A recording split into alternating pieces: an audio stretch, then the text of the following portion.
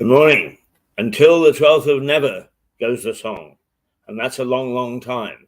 Well, it's the 12th of October today, and that's been a long time, because this year, 2022, has had trauma and drama from January through until the middle of October.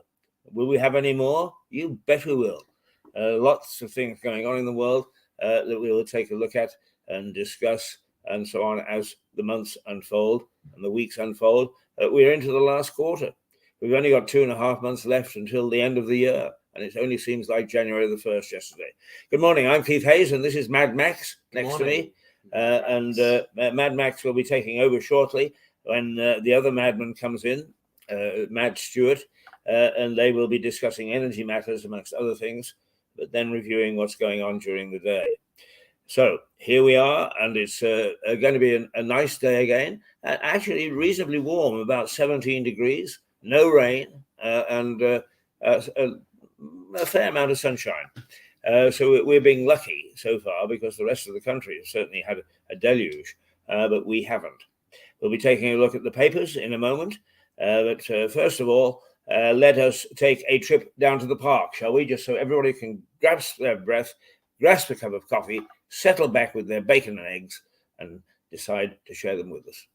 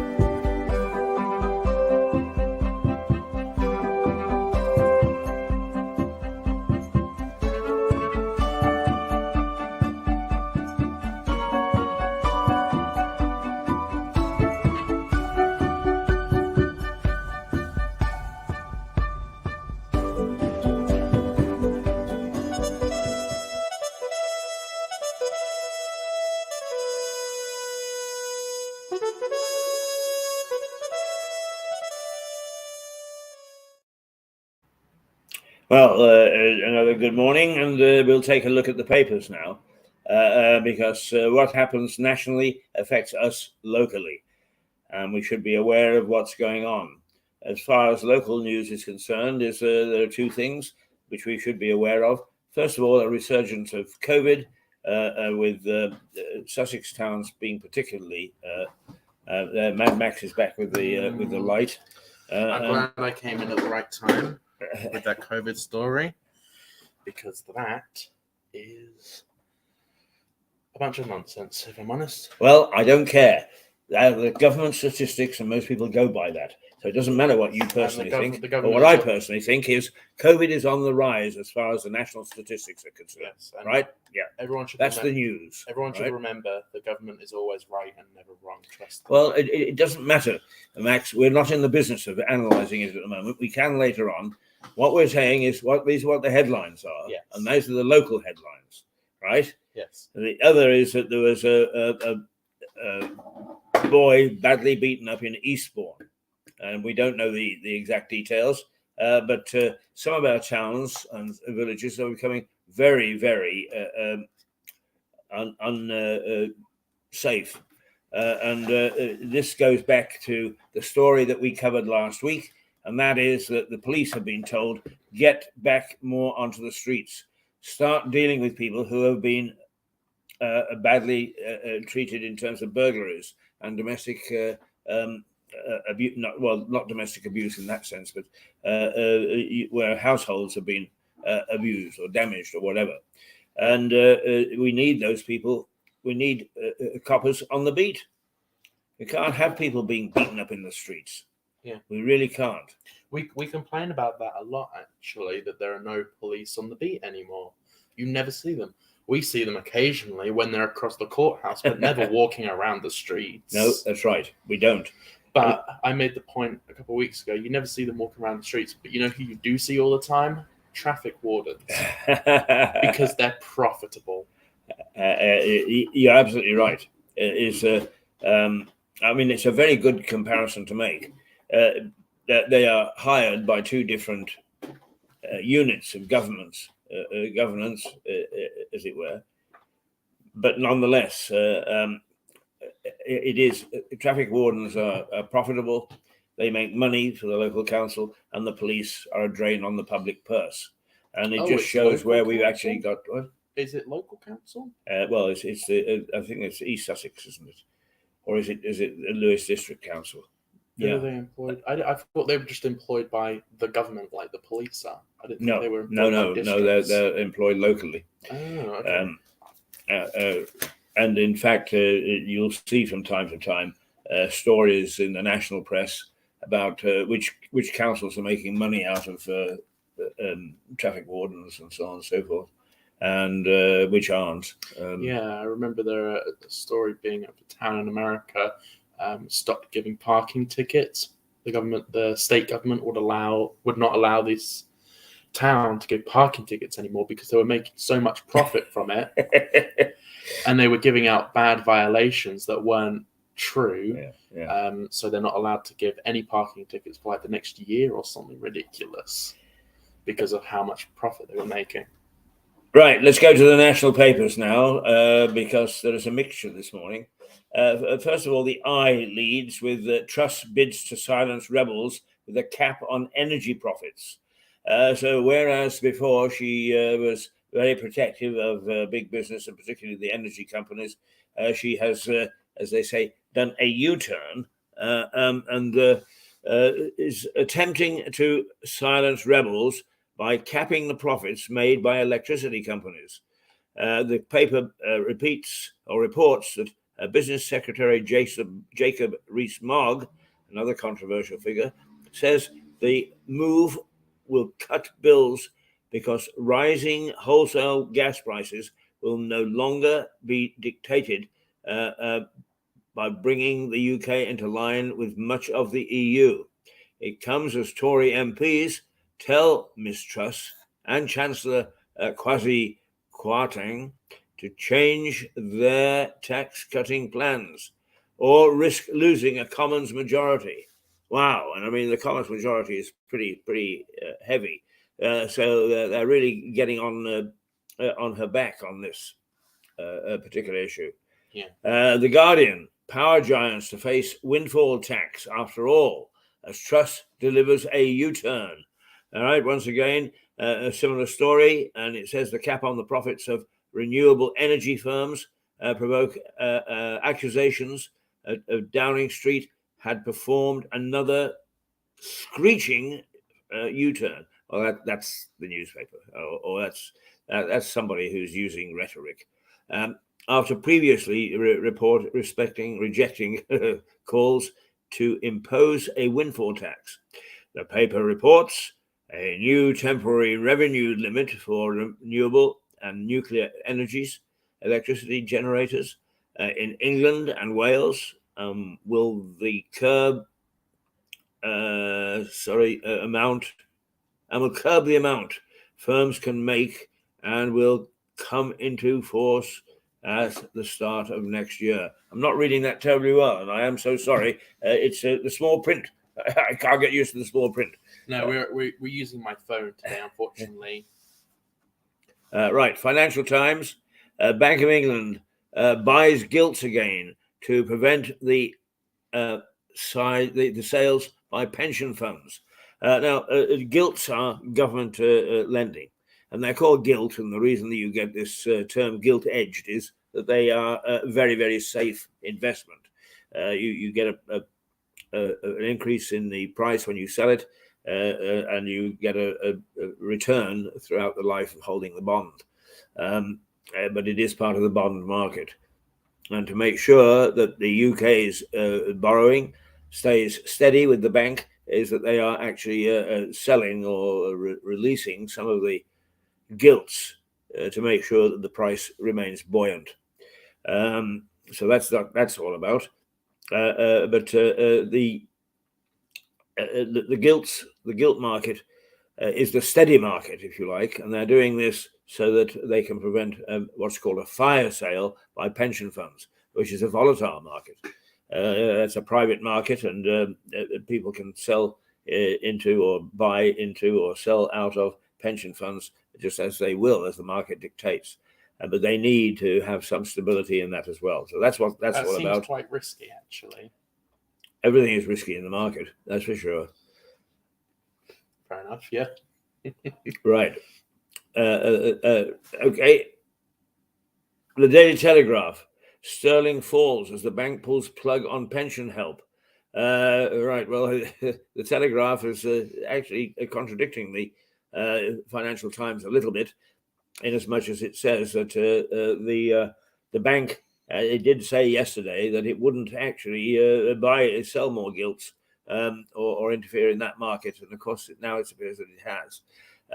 But the sterling again has fallen. What is it, about £1.10 to the dollar, something like that, which is very low, because it normally sits at about £1.30, £1.40, has been as high as £1.50. The Daily Telegraph warns the Governor of the Bank of England, Andrew Bailey's move has prompted a sharp fall in the pound. The paper says the sharp fall in sterling against the dollar erases its gains since the start of the month, and is likely to prompt nervousness that the bank is committing a policy error. Hang on a minute. So they've just announced that there's going to be a sharp drop in the pound. Yes. We already knew that. Sorry? We already knew that, and now the bankers said it. They seem to really hold back on announcing these things. Yeah, but Why is that? The bank? Oh, you mean the driver for the pound? That they announced their policy. Well, markets are very, very fragile, and there's a thing called insider trading. Now, it doesn't quite apply to this, but announcements have to be made all at once, so you don't benefit any one person.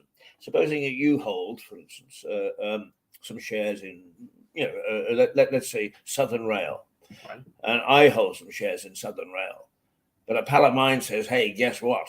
Southern Rail shares are going to drop." So I sell mine, and you wake up to find out you've still got yours. You'd be really, really annoyed. So the law is quite strict about when you announce things. You announce these things all at once, so everybody gets it, and everybody can react at the same time. Now, if you don't do that, if you cheat, it's called insider trading. And where you insider trading next is from inside a prison, because it's considered to be a very, very serious crime. And actually, Max, if you go on to work, for instance, for Reuters or the Financial Times or whatever, or I think BBC's business programs, you will be asked to declare whether you've got any shares or any financial holdings, because they want to know that you're going to be absolutely squeaky clean, because broadcasters can actually leak these things or withhold them as much as anybody else. And actually, were you ever into the trading? Did you ever get into that? No, I never traded. No, I only ever reported on it. Right, okay. Yeah. Would it have been too much of a conflict of interest? No, I could have sold and bought shares, but I'm not astute enough. I mean, I did hold some shares. I held shares in British Airways for a while. I held shares in the first sell-off of the railways. I made quite a lot of money on that. But generally speaking, it's not something that. Yeah, if you're gonna make money on the markets, you need to be able to check it every day and really ride it carefully. And some people thoroughly enjoy that. I would remember on a Wednesday that I was supposed to check my shares on a Monday. I mean, that's the way that my mind works, and I'm better off spending my money on beer. It washes out the system and is much better for me. Yeah, my grandparents just got into trading, and I'm thinking about doing it too. Well, why not? I mean, a lot of people do. I mean, it's the sort of thing that some housewives do. It's not exclusive to anybody. And you can do it online as well now, so it's very easy. Indeed, it is. It is. I mean, if I got back into trading, I think I'd just go into mutual funds and let somebody else do the trading for me and take a much less profit, but a steady growth. But then you have to look, be careful you don't just jump into the market. I mean, you just mentioned the pound. Currency trading is the most volatile of all. because it just the smallest change in the value of one currency against another can mean an awful lot of money, and it jumps about all over the place depending upon the circumstances. I mean, I don't know what the Russian ruble is worth at the moment. Some people have said it's worth more than the pound at one stage. No, it is. But I don't know. They did some sort of oil thing. It would be based on its oil thing, but I would imagine that it's going to take a hit if the war ends badly for them, because there'll be lots of reparation, and they're going to have to restock their arms and so on. In other words, a lot of selling. So if suddenly, or buying rather, if suddenly your government is buying an awful lot and spending an awful lot, it'll decrease the value of your currency. Because the currency actually is a reflector of the strength of the economy. And that's why the pound is down at the moment, is because our economy is weakened and isn't in great shape at the moment. The other area of volatility is what's called open cry trading, which still takes place in the minerals market. Gold, silver, platinum, etc., etc. Do you know what open cry market is? No. Well, nowadays, as you say, everything is done on the computer, except for one or two places where, in the old days, you saw men waving at one another, and it all takes place on a trading floor. I mean, it's a terribly exciting place to be. It's not anymore. You go into the Bank of England, there's nothing to see except a bunch of computers. And that's true of most of the trading companies. But at one time, they were terribly exciting places. And you can see in some old movies, the way that those trading floors work. But nowadays, it's all very quiet, except, and I think that is true, I think certainly in my time in journalism, in business journalism, is the metals market particularly, but also the oil market for a while was open cry trading, and but actually they would fight one another on the floor. They would punch one another. You get that? Yeah, that's how vicious it would get. Right. Okay. Oh, no, I scrolled down. Oh no. I didn't. Oh yes, I did. The Times. Well, another one: threat to pensions as the bank cuts its support. So once again, the bank.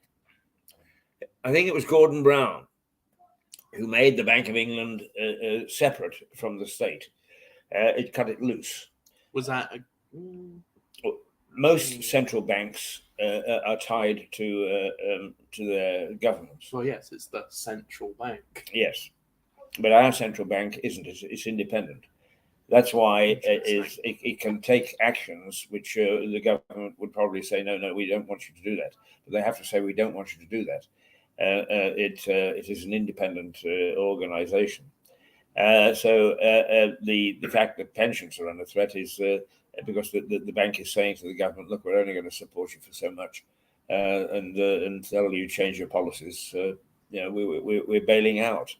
The main criticism of the Bank of England was that when this crisis emerged, is that it wasn't on top of things, because the central bank is supposed to be able to analyze way into the future what's going to happen, and it was caught napping. The only thing in its defense is a lot of other central banks are also caught napping, and they're having similar problems. But these, basically, the currency being handled by an independent organization, not the government, means that the government has to be very aware of what the hell's going on and going on with the bank. I'm not saying that they act totally independently. Of course, people would meet and phone calls would be exchanged. The Prime Minister would be onto the Bank of England governor and so on and so forth. But generally speaking, it can act independently. Right, next one, Daily Express. The King demands the coronation to reflect the cost crisis. Now, what this is all about is that Charles has said he's going to cut down on the coronation. It's only going to be an hour long instead of the 3 hours that his mother was. It's going to fall on a Saturday, So there's a big argument about, well, hang on, we thought we were going to have a day off for this, but Saturday is a day off. And the number of guests is going to be cut by 2/3. Now, some people have already started to say, hang about.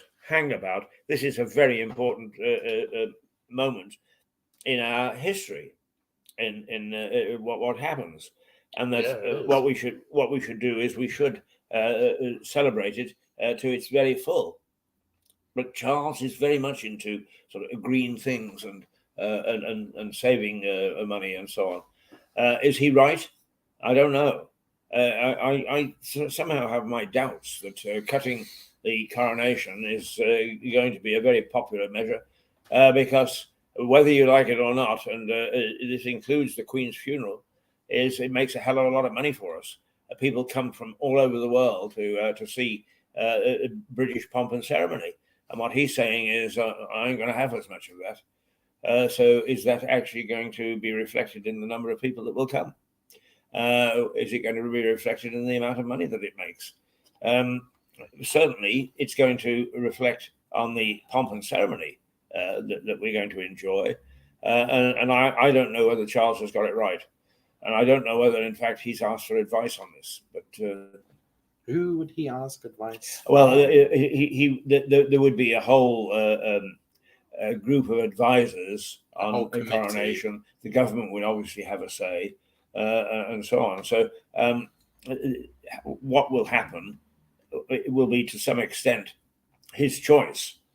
Well, yeah, but everybody else would, all other levels of governance and so on, so would have their say about what they think should happen. And that may well be the Department of Trade, on the basis that this would be one of their greater imports or exports or whatever. Yeah. Anyway, that's what he's decided. The Daily Mail, now move bank holiday for the coronation. Right, that's it. This is the other controversial thing that the Mail has picked up, is if it's going to take place on a Saturday, that's a holiday anyway. I mean, it's a day that people don't work. So the coronation day would not be a holiday.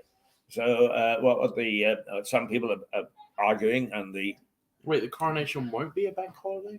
Well, not at the moment. Well, okay, not at the moment. I highly doubt that it wouldn't be a bank holiday. But it's on a Saturday, so people don't go to work on a Saturday in the main. We are a 5-day-a-week working nation, so Saturday isn't considered. If you put a bank holiday on a Saturday, people would find no difference. So what they're talking about is if the coronation is going to be on the Saturday, that a bank holiday for the coronation, which is traditional. Well, I say traditional. God, we haven't had a coronation since 1953, but that we would then have the day off on the Monday following. So that's a debate. How old were you when the Queen was coronated? 13. 13. 14. Yeah, 13 going on 14. Yeah. So I was quite young. I was a little boy, really. Yeah. In fact, I can remember at school being called into big school and the King's death being announced. The coronation then was a very, very big thing. It was the first one that was ever televised. Of course, there wasn't a television when George VI was crowned. Yeah, that was in the 1930s. Wait, the Queen's coronation was the first ever televised coronation? Yeah. Wow. Because we didn't have television before. What? 1930s, television came to London. A form of television came to London. It was canned because of the war. So then, after the war, plans were put into place to renew television, which indeed they did. But it wasn't until the 1950s that they built a number of towers around the country to bring the signal to everybody who was in range. I lived in Sutton Coldfield. One of the famous things there was the television tower. We actually watched it being built, and to bring television to our homes. And there weren't that many television sets around. It was quite traditional in the early days for neighbours to invite, on a Sunday particularly, their neighbours in to watch television, because the television sets were so few and far between. When did television sets become common in every household? Probably by about 1956, 57. I would have thought just everybody had one. But in those days, there was a thing called radio rentals, and radio rentals had bought huge amounts of television sets and rented them out to people who paid X amount. Rent a television. Yeah, and I don't think he rented a radio, but he certainly rented a television. I can remember one of my great aunts had a radio set which still ran on batteries, on a car battery. And when the signal started to fade, that the battery would go down to the local garage and be topped up and put back into the radio. I mean, we've come a long way since 1953. 1953 being the coronation, but it was also the year that most people in the country had television available to them. And it was a very big deal. I mean, the street parties, we were each given a cup with the crown on, and all in all, it was a jolly good time. But I'm not sure that we, as youngsters, we totally appreciated exactly what it was about. Because remember that we'd come through a war. In 1953, some things were still on ration. Sweets, for instance. You needed a coupon to go and buy sweets in a shop. Coal was another thing that was on ration, which was used in those days most commonly to heat houses. So there was still a time of austerity, and the coronation lifted everybody's spirits, and it was a good thing that it was brought to everybody on television. So those were the days. Those were the days. Okay, the Metro. Trust me, I'm a nurse. That goes back to yesterday's story about the nurse who has been steadily killing young babies. And somebody has come forward and said, she tried to kill my baby and I caught her at it. And what when she was challenged with what she was doing, is she said to this person, trust me, I'm a nurse. So that's where the headline comes from. And the Sun. Suspect attacked girl near Praia days before Maddie was taken. Going back to the case of Madeleine McCann, which is about 20 some odd years old now, a little girl who was abducted in Portugal and has never been found. Her body has never been found. What are the chances that she's still alive? No, very slim, I would say. Very slim. Very slim. Well, of course, even if she was still alive and was brought up by somebody else, she would be in her 20s now. And I'm sure that with all the fuss that's been made and all the inquiries that have been made, if something would go to in the little girl's brain, now she's an adult, ping, hang on, I've got a vague memory of that. But nobody has ever come forward. I'm not sure if Madeleine McCann would be in her 20s. I think she's the same age as me. I think she was born in 2003. Was she? 18? So. All right. Well, but I mean, still an adult. You're an adult, aren't you? Oh, God. Well, you were able to drink the other day. Well, I've been drinking since before 18. So. Okay, was that the last... was it? Where's our famous... oh, yes, the Mirror. Don't let James Killer walk free. Well, people are looking back at various things, as Madeleine McCann. But James Bulger was where two young boys stoned him to death. And he was just a toddler. They took him up on the railway line, saying, come with us and we'll show you the trains. And then they stoned him to death. Horrible death for a little boy. And they were the two boys were put away for prison. The one killer of them was put. Hang on, please. No. He was stoned, and the chap was put into prison, and then was allowed out on parole. And he immediately broke his parole terms and was a bit naughty. So he was rearrested for child pornography. Yes, that's right. And now he's up for parole again. He's been put in prison 3 separate times now. Right. But the other person, so it was James Bulger and John Venables. Venables. Yeah. John Venables. It was John Venables. He's been arrested multiple times, and now James Bulger has been staying quiet, but he's up for parole again. Yeah, that's right. And because what the Mirror is saying is that people are saying, no, he mustn't be let loose. He mustn't be let loose. Did you he's know a danger. It's illegal to show a picture of John Venables, of what he currently looks like? He is the only person where you will be arrested if you show a picture of his face. I didn't know, but I can well believe it because he was given a new identity, wasn't he? He's been given multiple new identities. Yeah. I love you to the moon and back. A fake. Oh gosh.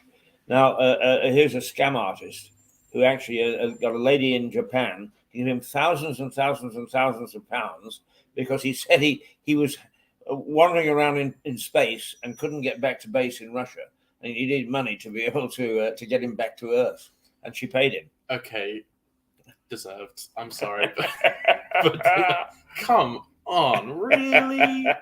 Are you?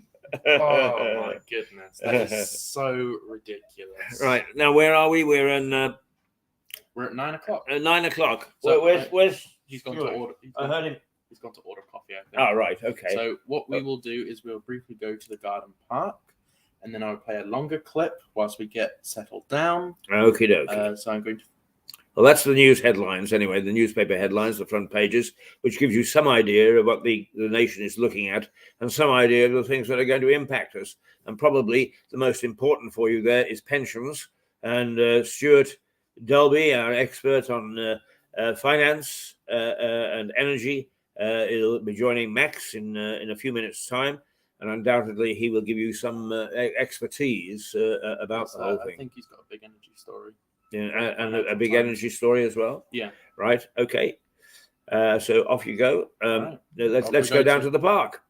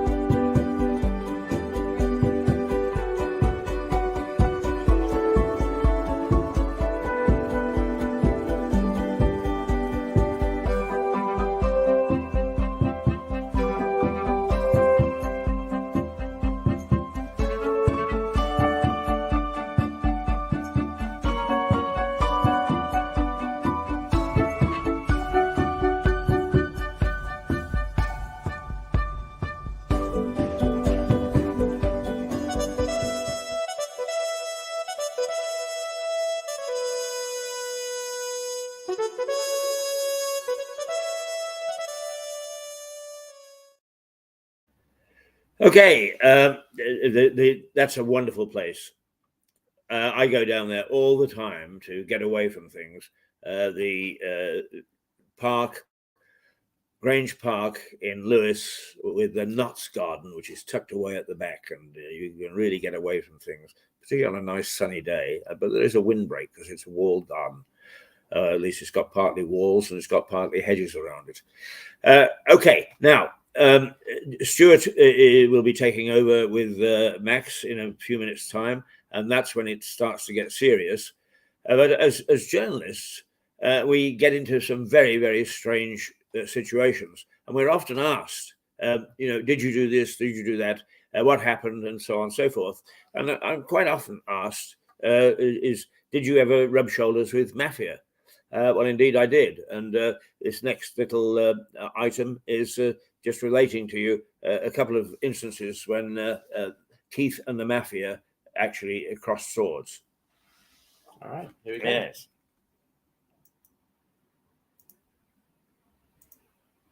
Taking a while to load. There we go. As a journalist, you come across a lot of criminals, of course. And some come across big criminals and some come across small criminals.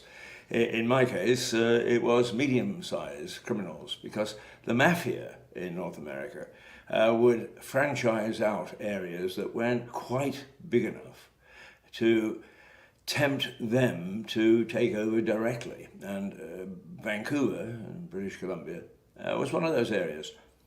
So it was franchised out to, would you believe it, with a great Italian name, a chap called Bill Robertson, known as Fats Robertson. He was the mafia chief.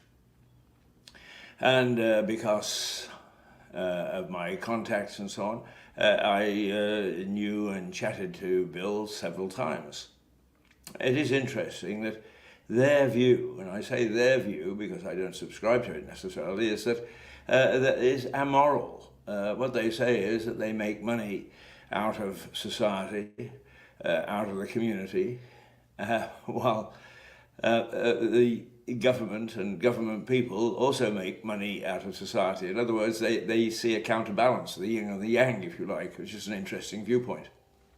Anyway, my wife and I had dinner several times with Bill and other people, and his wife was quite delightful. She was an English model, quite beautiful, very articulate, and charming.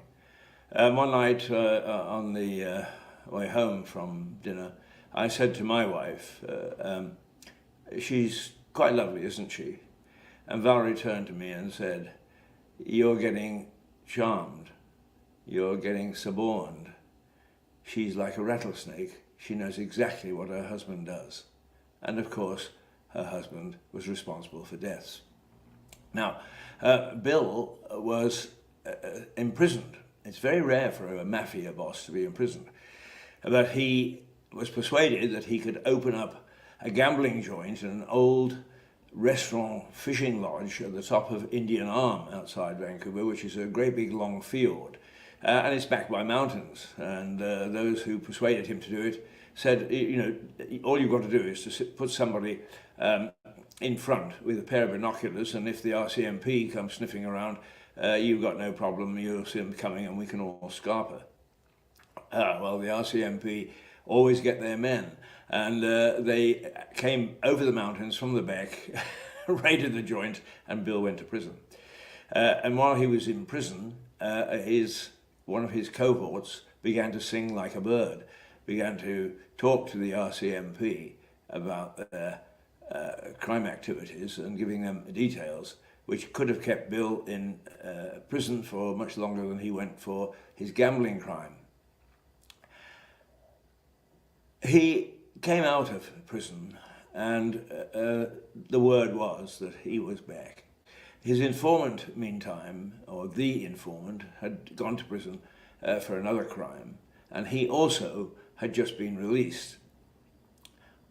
My colleague, or a colleague, and myself had gone to the city of New Westminster to cover some story or other. It was a very hot night, and on the way back I said to George, my colleague, I'd love a beer. And he said, well, there's a Canadian Legion around the corner and I'm a member, let's go and have a beer there.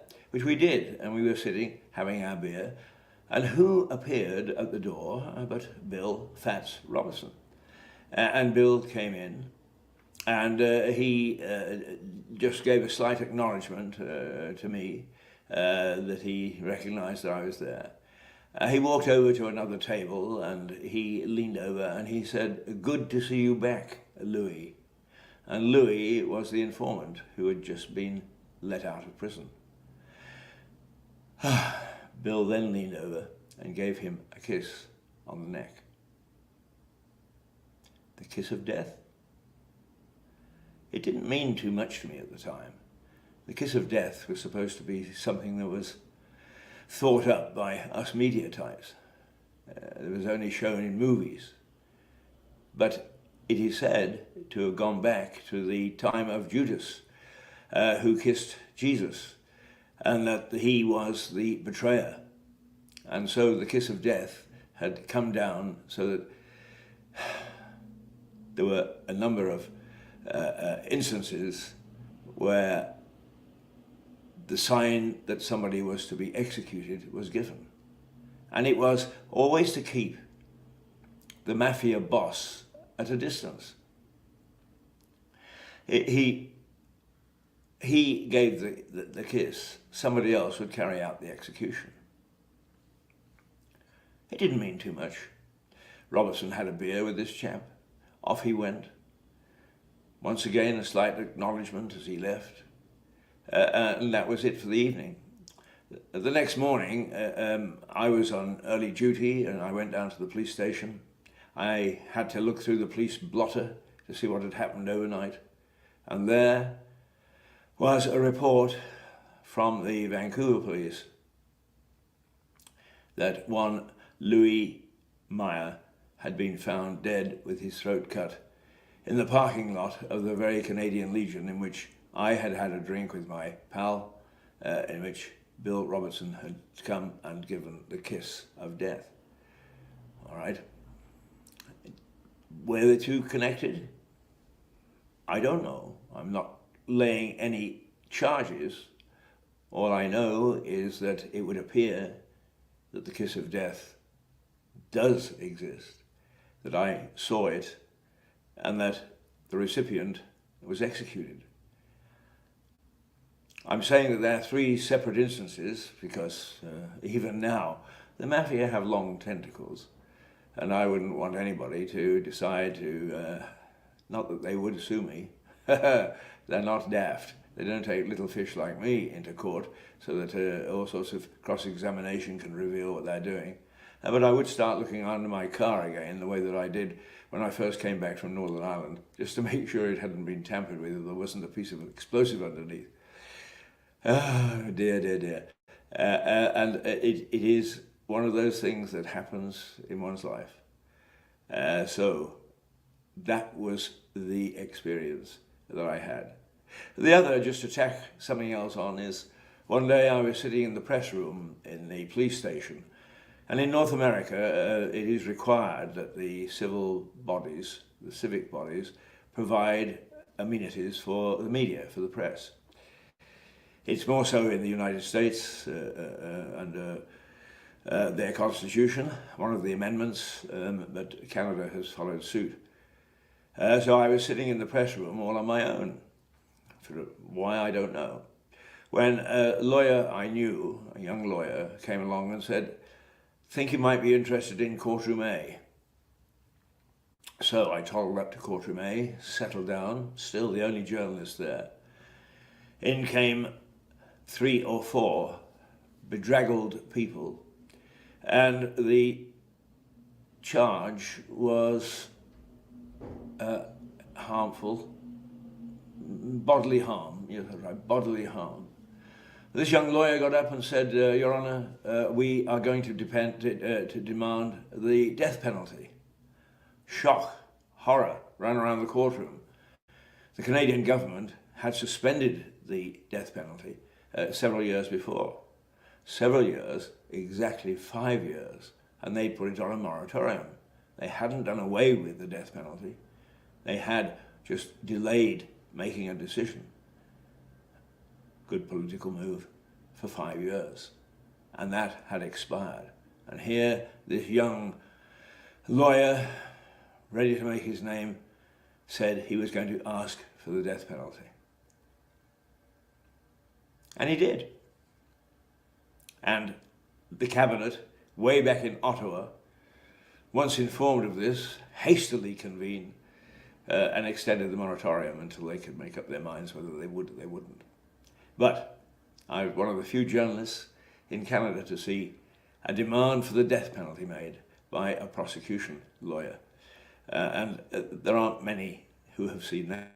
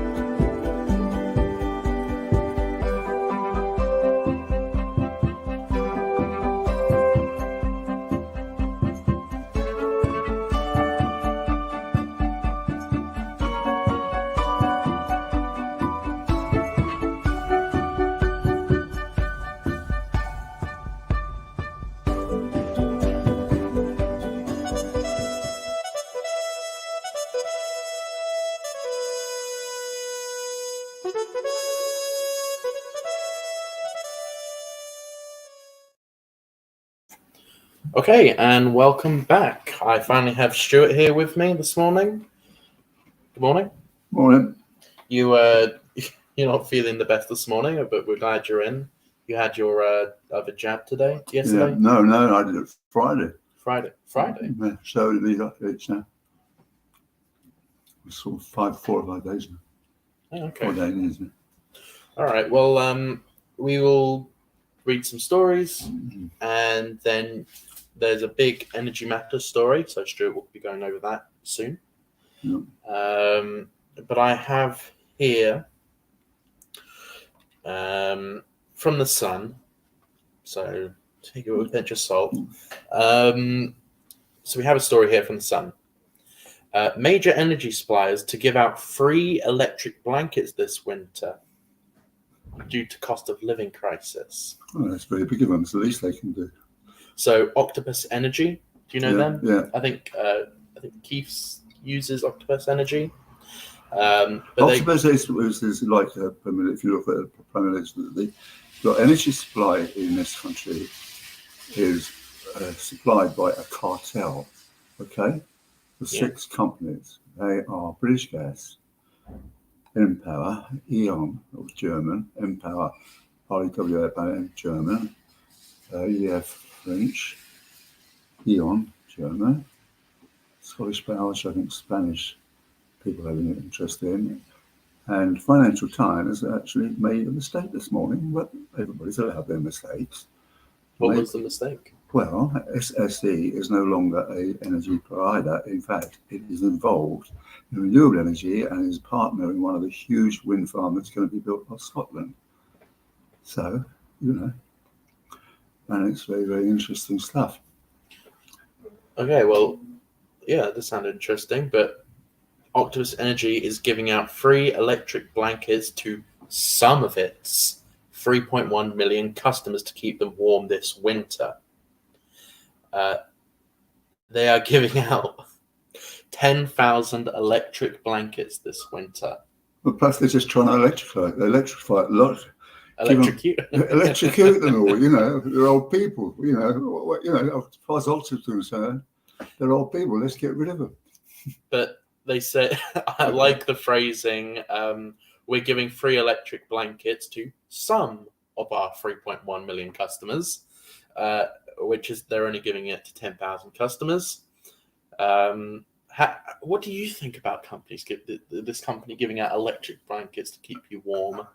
Sounds ridiculous. It does sound ridiculous, yeah. But they're doing it, which is I can't believe it's just ridiculous.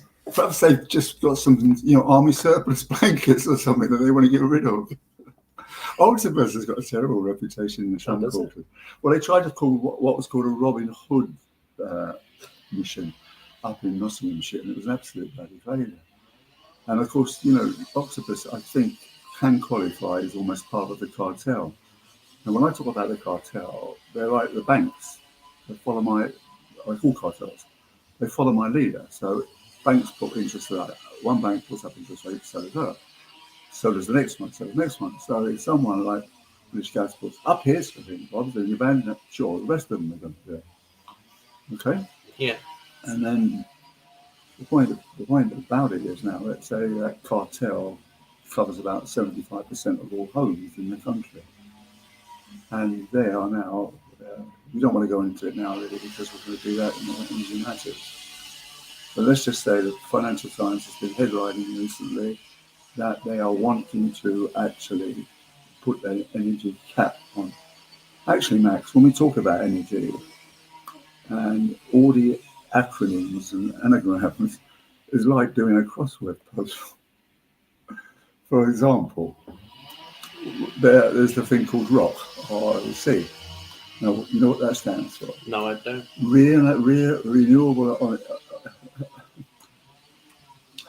Renewable green renewable energy contracts. Renewable energy. Doesn't energy begin with an E? Yeah. Why is the acronym ROC? Renewable, right? Yeah. Renewable. ROCs are they're a subsidy basically. renewable obligation certificates, right? Oh, okay. Right. Okay. So let's say Oh, ROC. ROC. Yeah. Right. Okay. So in fact, what happens was that the price of electricity was £40 a megawatt hour, right? Is that a lot? It's overall, basically, right?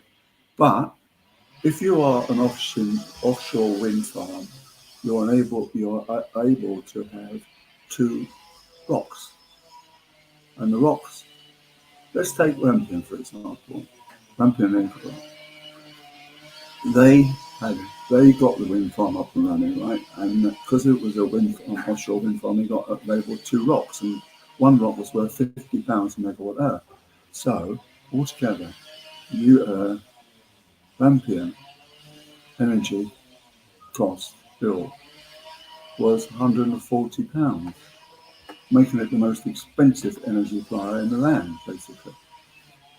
So anyway, Is this all a part of Energy Matters? Well, no. All right. Let's leave it there. If you were talking about Orthodox, but yeah, they'll come up in Energy Matters. Well, we'll go through it all in Energy Matters properly, and you can do that. Just been doing properly. What do you mean? But before we go into Energy Matters, I have a few other stories which we can briefly go over. From the Metro, not a very good newspaper, so take it with a pinch of salt. But Jimmy Carr, the comedian, do you know Jimmy Carr? I've heard of him. Who does 8 out of 10 cats and occasionally Countdown. Is he a celebrity? He's a comedian, yes. But what has unfunny jokes? No, he has very funny jokes. Oh, really? What? Yes. They're about himself? A very annoying laugh. He does have a very annoying laugh. You're right. He's a very. You're right. His laugh is irritating, but he's still a funny comedian. Jimmy Carr is being sued.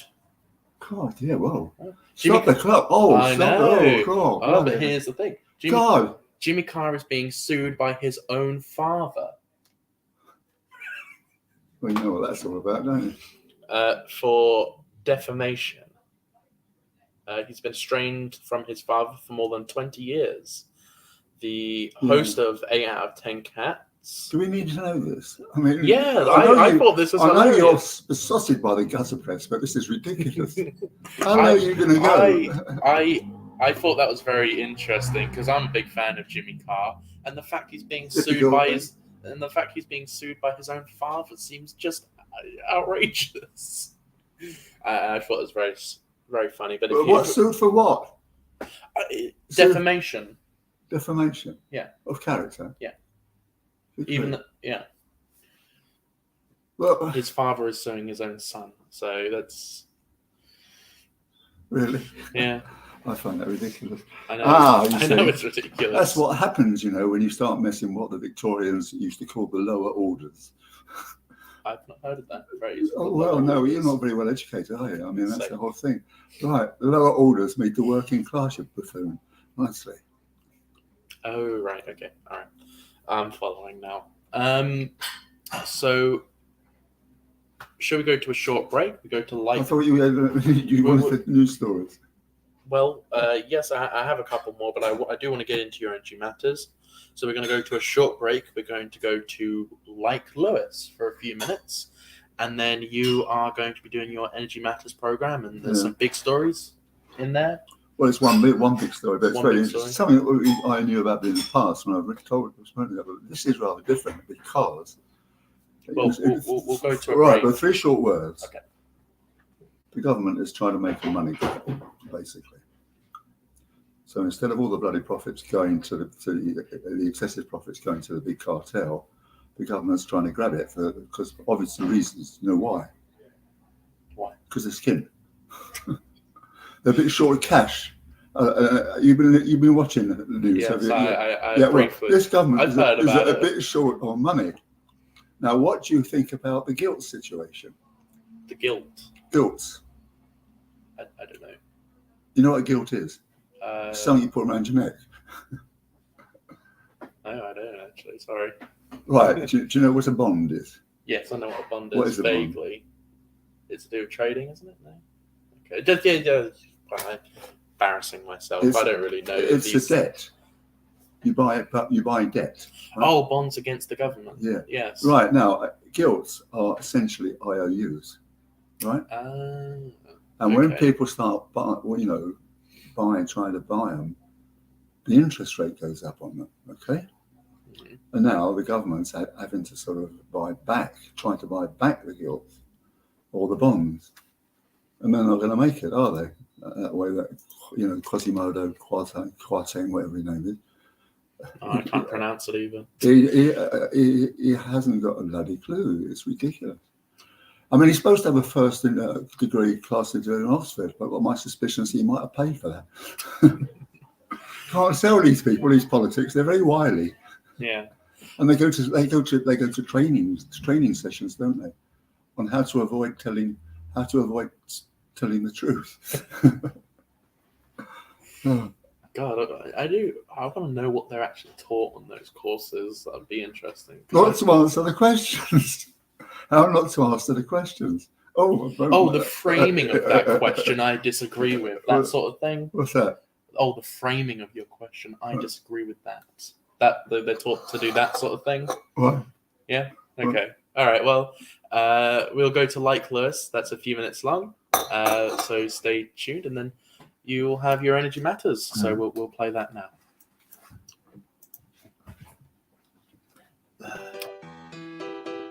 I'll have to go on this break. Have a look at my notes. Where are they?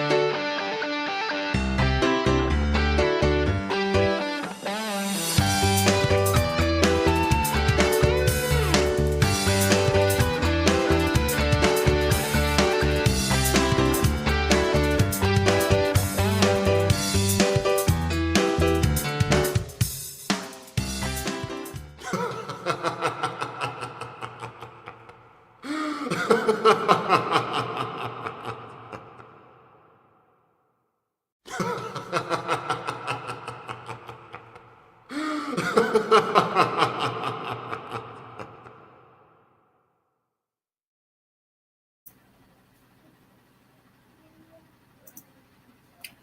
so we are back, and we now have Stewart talking about energy matters. We've got lots of big stories for today. You are just doing some extra research for the show now. He's just about to get into it in a second. But just to remind you, some of the headlines, big stories of today is the nurse that has been caught in the act killing babies. She was working on a maternity ward. She was working on a maternity ward. Sorry for a second. We are going to go to Garden Park. We're having some technical issues. Not Garden Park, but Grange Park. We're having technical issues. Sorry about this. We'll be back in a minute.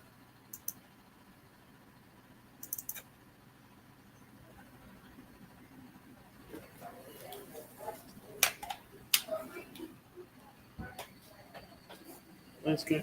Oh my goodness.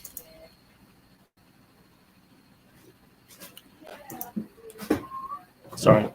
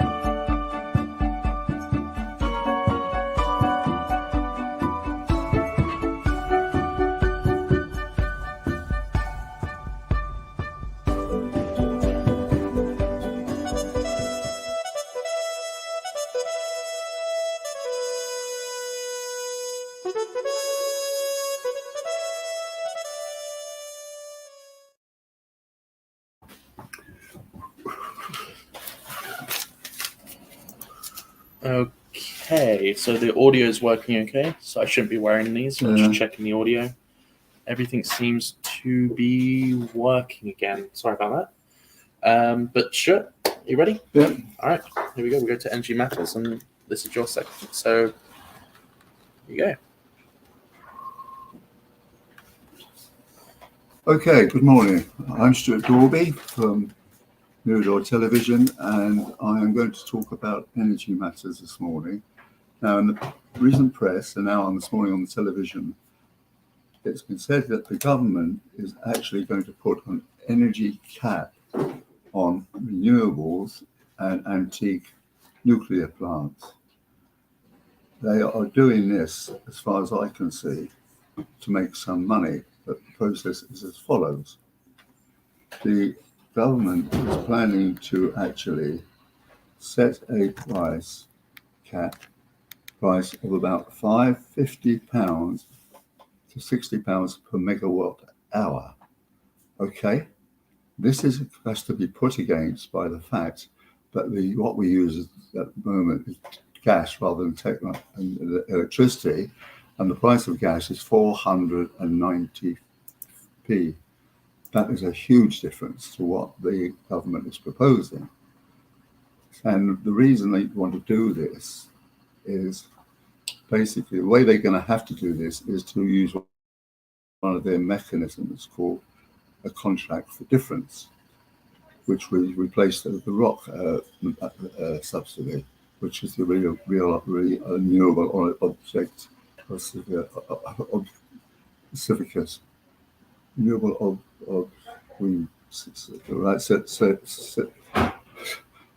anyway, the contract for difference works like this. Where's the other bit? When the government will do a strike price with the generator, with the cartel, energy here is in the UK is run by a cartel of 6 big companies: British Gas,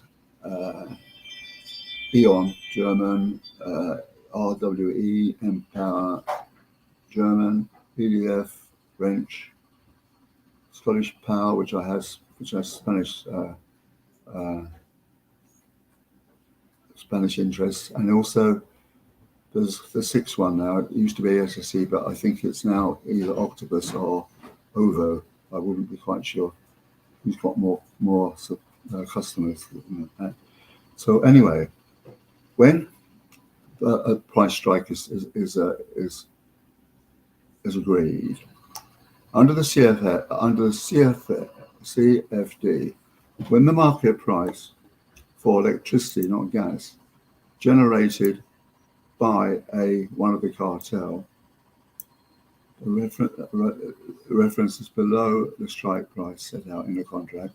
Payments are made by the LCCS. Excuse all the acronyms. That is the Low Carbon Companies Contracts Limited. The idea of the contract for difference is there is a 15-year contract, which will bring in a huge, which mirrors the one which has just been put in by the EU. But on the other hand, if the strike price should be exceeded, then the difference would go to, let me get this right.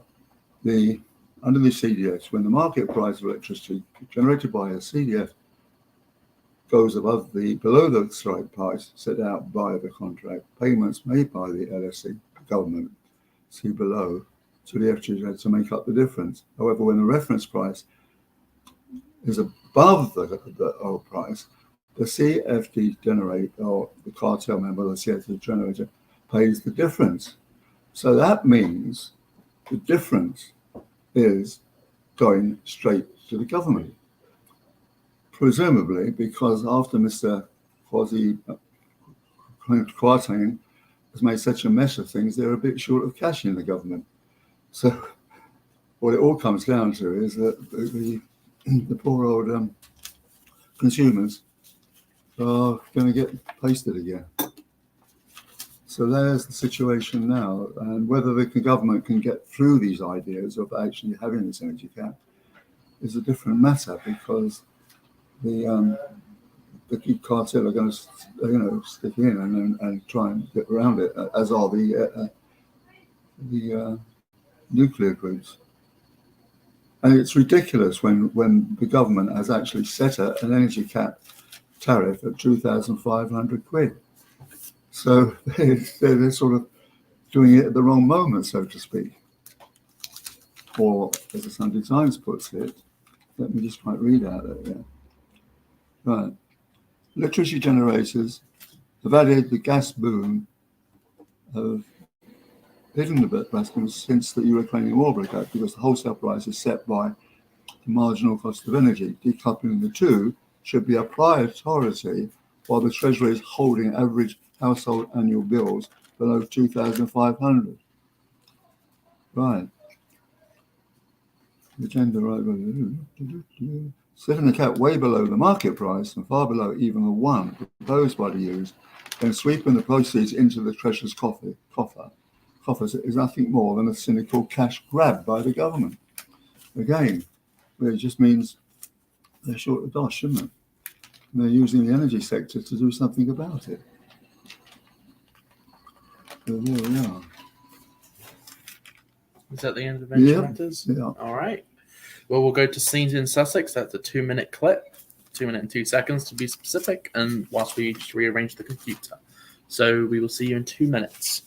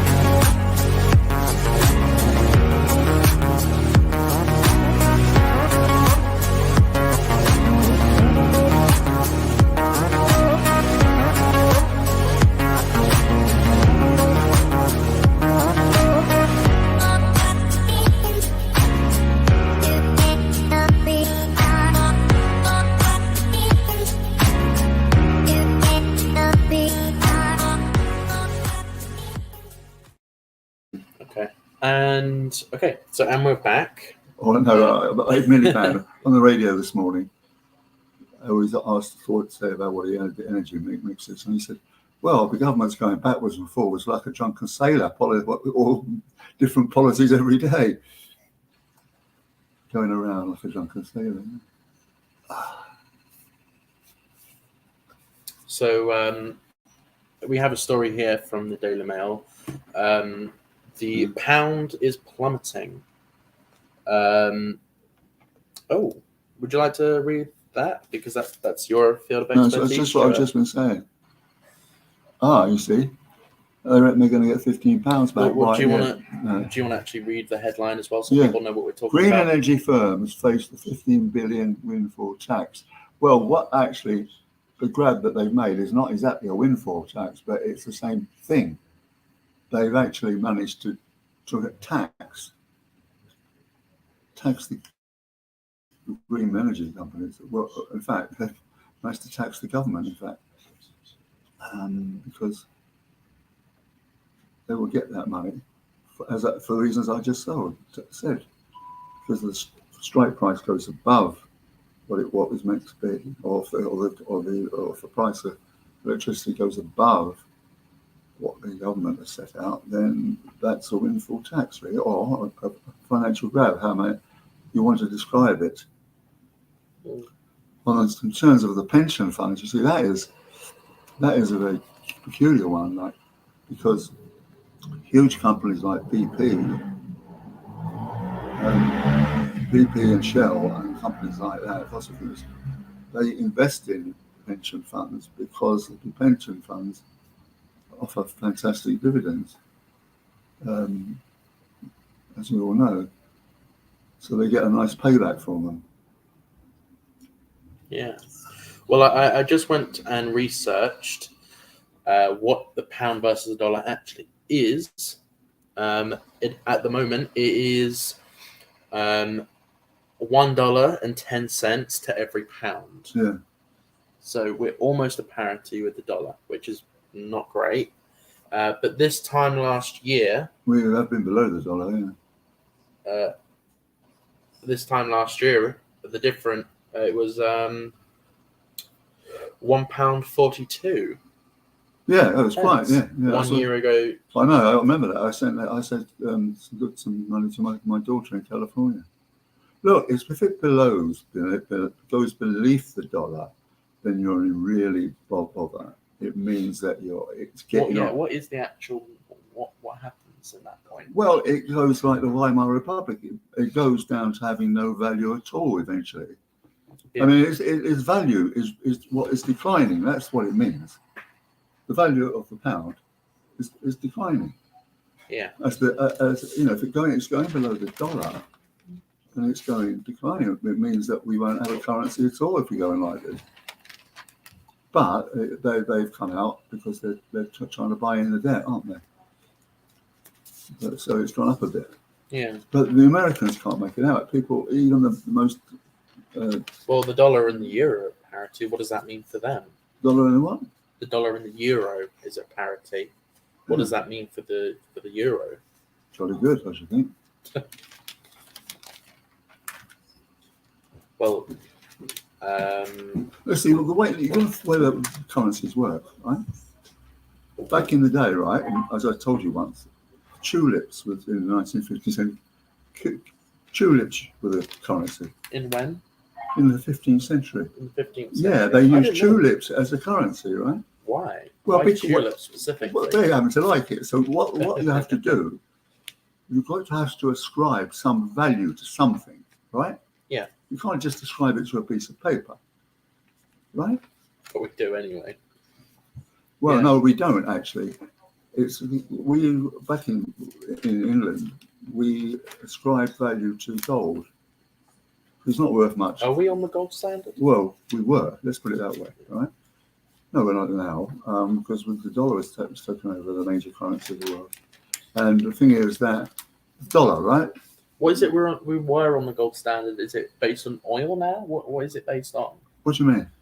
It used to be based on. That was in Churchill's day. That was a long, long time ago. But what do we base it on now? That's what I'm asking. What we based it on now Yeah. Well, the oil is dealt with in dollars. Right. Right? That is the currency that's used. Okay. So we are really running down the value of the pound against the dollar. The dollar's going up because their bank is putting up interest rates quite a lot. And it's like the Weimar Republic. It's got to find some kind of value for it. And the dollar was against gold, wasn't it? At one stage, we were against gold. And then when I was a kid, a dollar was £5. Really? Yeah. Dollars That were much? then it went down and down and down and down. Now it's £1.10. Yeah. That cost you a dollar. I remember people saying, "It cost you a dollar." Well, I haven't got £5. Wow, I genuinely didn't know that. That's a big difference. Yeah. Do you have the Financial Times newspaper today, or have you not bought that? Yeah, I've got it somewhere. Do you wanna? We can find some stories from there. But we have another story here from the Daily Record. Daily Mail? Daily Record. Right. Is that any good newspaper? I don't often read them. Well, where is it? It's not in it. It's in a Scottish paper. I believe so, yeah. But they're very mean up there, the Scots. Oh, yeah. Yeah, God, yeah. I feel bad for anyone who is half Scottish. Oh, of course, I'm half Scottish now. You mentioned that again. Well, you are a retard conservative, aren't you? I am just a retard, thank you very much. Retard, yes, a retard Anglican. But no, I'm just kidding around with being sorry for the fact that you're half Scottish. Is it half or a quarter? Last thing that I want in my entire life is your bloody sympathy. It's worth a bloody, it's like a devil's potion, your sympathy. So you are actually criticising me, insulting me for being a Celt. God almighty. Well, it's like the currency. Your words are increasingly falling below the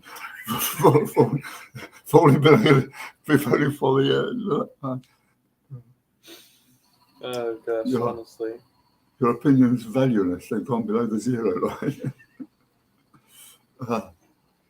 As you're interested in this kind of thing, do you realise that an awful lot of the pension funds are based in Scotland? Scotland has a financial services sector. All right? Does it? So when they tried to have a referendum last time, and Alex Salmond was the other member of the Fish Party, along with Nicola Sturgeon. 2 fish. They need some more, don't they? Anyway, he let little kids go. I think it was kids at 16. But all the wives and the widow women, they said to the men, "You're not voting for independence. What about our flipping pensions?" If all the pension groups and the rest of it moved south to retarded England, then they would be short of money in their old age. And the Scots are very well known, Yeah. Yeah. What was the vote last time? It was like... it was quite short, I think. 40-60? Was it? Something similar? Something like that, Something yeah. like that. Do you think, because Nicola Sturgeon wants another referendum, do you think... What do you think it will happen with that? Well, I don't know any more than anybody else does. I mean, it's like turned up into the legal things, apparently. That the appeal court of the Supreme Court of the job, has got the powers to say, you can't do this. It's not unconstitutional. I don't know. What do you think?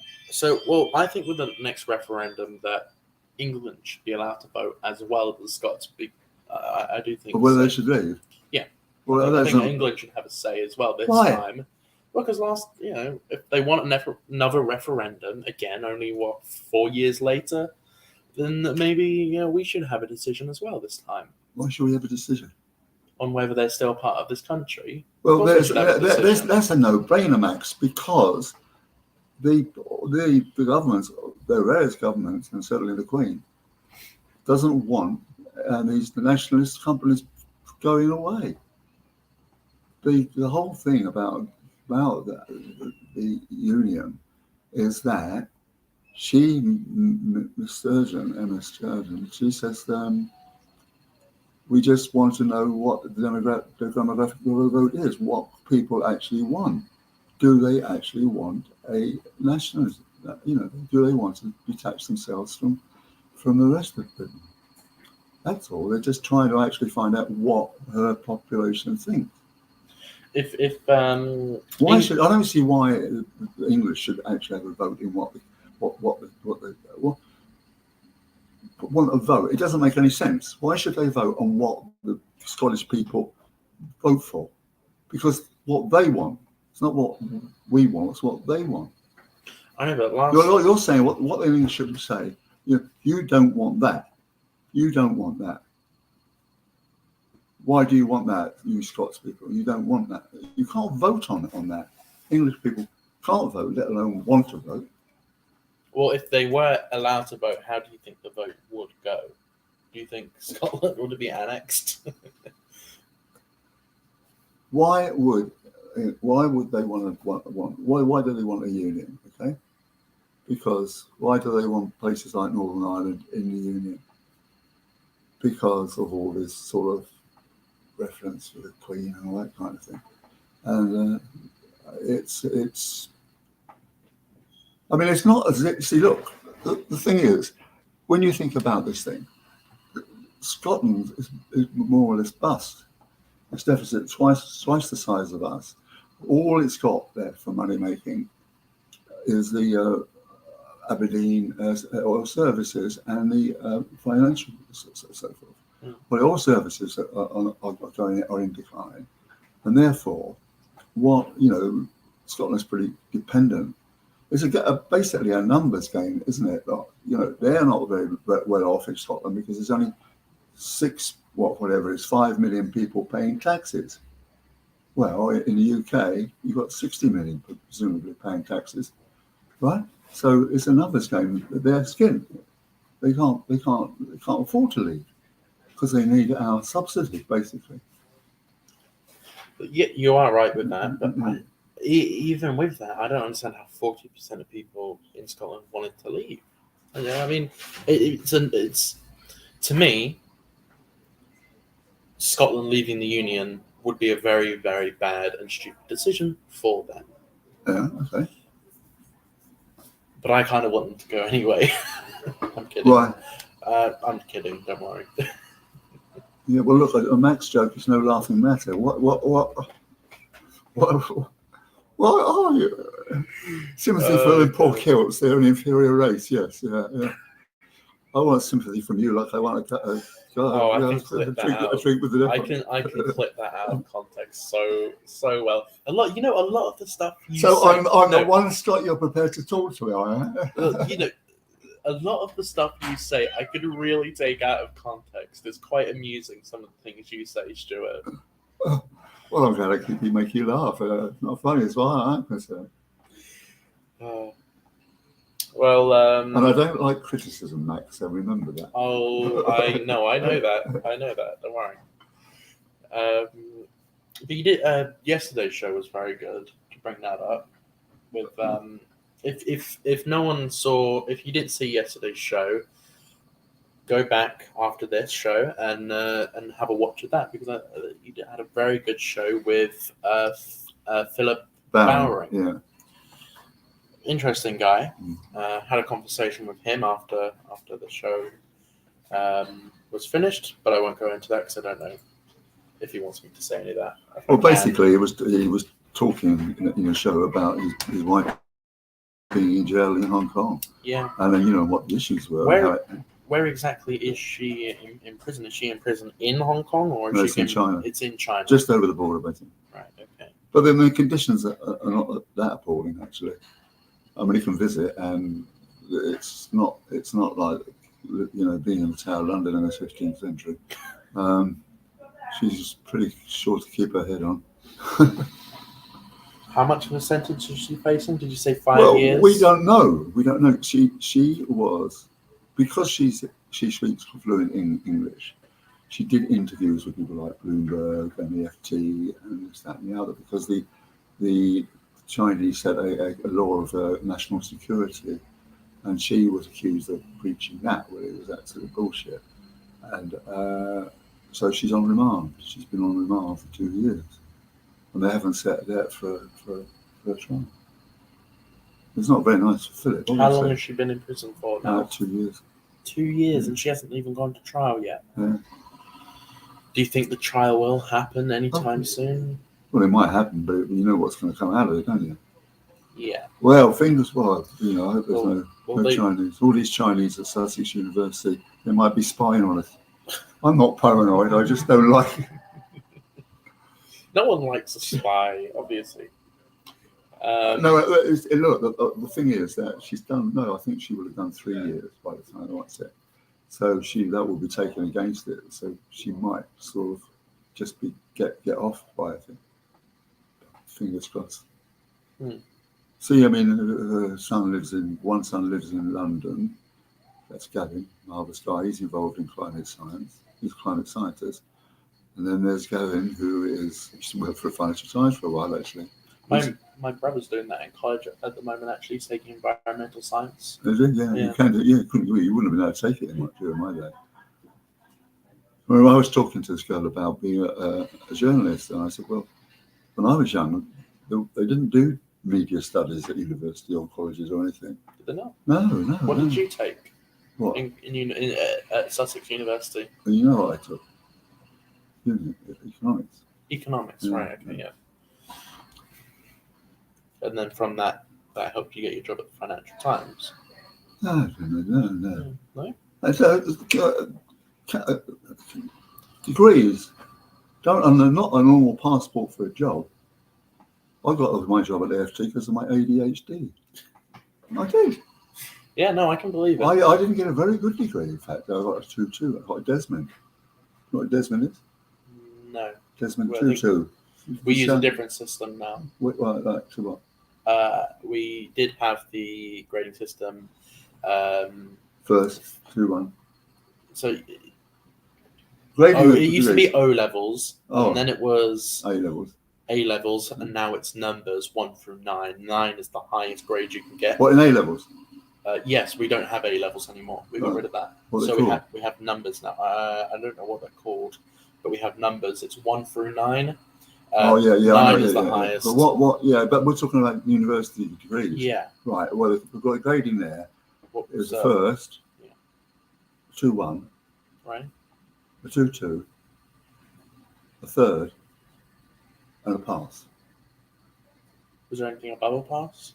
Yes, Yeah. a third, 2-2, 2-1. Oh, right. Okay. And right now, and also, right, the thing about it was that I don't think degree those days carried much weight. So when I left university, I didn't have a job, but I was working on a building site in London, make a few bob, went back to my mum and dad's flat, and I picked up on the Labour side. I picked up a newspaper, the Telegraph, in fact, which I don't read. I wipe my bum with it in those days, but I don't read it. And there was an ad which says, "Financial researcher wanted for Financial Times Library. Must be a graduate editorial prospects." So I applied for the job, and I got finally I got the job. Because of my ADHD, I keep on talking till the other side gives in, you see. And he was so fed up with me going on and on. He says, "Yeah, you got the job." That's how I got into university, because I failed the 11 plus. But I just taught my way in. Oh, no, there was an added thing that Sussex was one of the 7 new universities, and they were called the Fabulous 7 because they were a new generation of universities, okay? And they were called the Fabulous 7 because there were a different attitude towards learning, because Asa Briggs got all his mates from Cambridge and Oxford to come down. And also, the new universities were told they must give places to the working class and the poor people. Yeah. And I qualified on that. Oh, so you were a diversity hire. Biodiversity hire. Oh, the young, silly jargon, young. Well, Yeah, I know what you mean. But, yeah. In fact, that biodiversity is very interesting. If you look about it, every TV program now, every news program, has got to have a black person or a person of lower income. We can't call them black. People of right. It's now person of color. But that's sort of gone person off. of color. Just so the politically correct terms. But we've talked about this before. It's like it's BIPOC. It's almost positive discrimination, isn't it? Like people can actually stand for a Labour Party seat if she's blind, black, only got one leg, in a single parent family. She should be given preference over someone else. Yeah.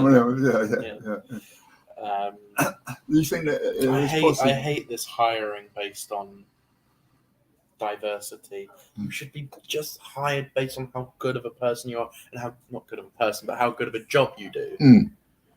Why is it not that? It's ridiculous. It gets on my nerves so Well, I much. agree with him, and we get back to the question of gender abuse, don't we? Yeah. Today's programme, I think it was Kerry Gracie was the Big King correspondent. She came back over and she brought up the subject. She was getting 100 grand, where John Humphreys was getting 600 grand just to do the same job.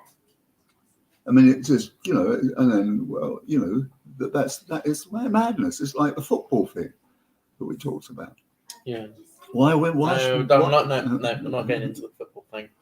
All right, fine. Sorry, but we argue too much about that.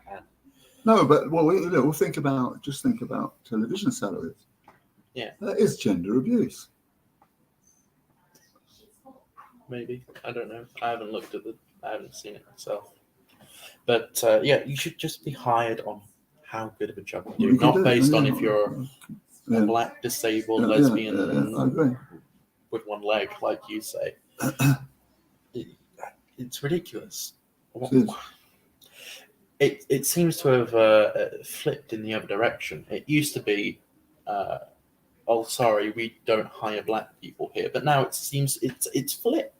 Yeah. It's flipped itself. We need more black people in our company for diversity and representation. No, just hire who is the best person for the job. Yeah, exactly. Yeah. Based on merit, not the color of your skin. It's really not that difficult to understand. Yeah. I don't understand it. Well, I tell you, when Philip and I were talking about what we were going to do, in Hong Kong, where the big Hongs, the trading companies that used to employ these young people over, and they used to have a Hong Kong club, and there was a sign outside which says, "Dogs and Chinese refused entry." Dogs and Chinese. This is in China. This was in Hong Kong. Oh, yeah. How long were you in Hong Kong for? I was in Far East about 5 years. Oh, 5 years. But most of it was in Vietnam. Oh, okay. I started off in Hong Kong because I had a job at the FT, and they sent me out of Hong Kong. And because they needed a business editor, and I was writing back. Again, my life of flukes. I just got lucky. Hang Sing English was going through the ruddy roof then, just when I arrived, because my mum asked called Life of Fluke, how did I get into university?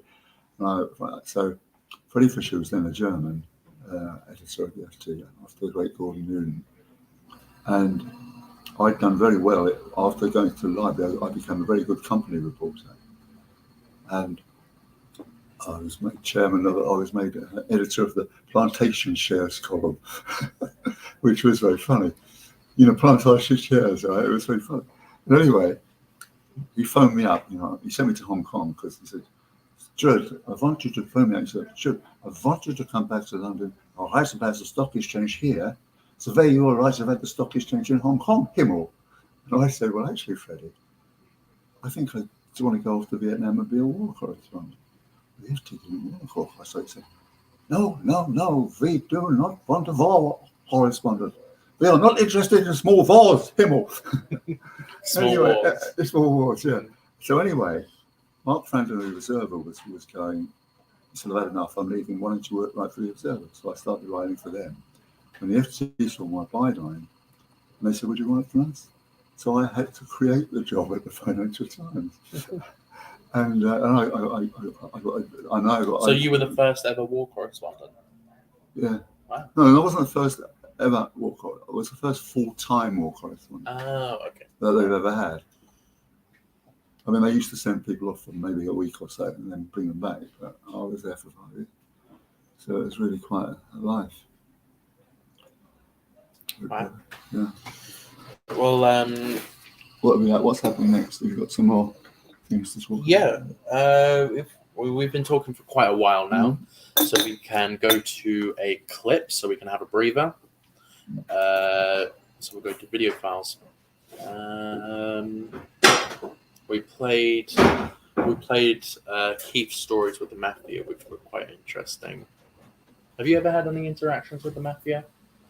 Not that I'm aware of. No. Okay. Oh, partly from I go to Malta. I used to go to Malta. I still do go to Malta very often. They're pretty mafiosi there, I tell you. Yeah. I mean, in fact, last time me and Leslie went to Malta was last June. The week of lockdown here, right? My very good friend there, Godfrey Greenma, said, Stuart, I'll take you up to the farm. Well, there are no farms in Malta, you know, but there's a market garden. And we were invited to go there, and there was this guy from the opposition party, and Leslie and I felt we were in like a scene from The Godfather. It was seriously like that, you know, yeah. I kept looking over my shoulder, you know. Yeah, but Malta is incredibly mafiosi and corrupt. Isn't it? A lot of money laundering, a lot of all that. All right, so we'll go to what can we play here? One of the clips, Leslie's People, with Tony Anthony, Tony, aka Anthony. Okay, so we'll play this. This is a local artist. Here we go. Oh, is it Nick Benjamin or Anthony Benjamin? Yeah, Tony Benjamin. I'm not sure. Here we go.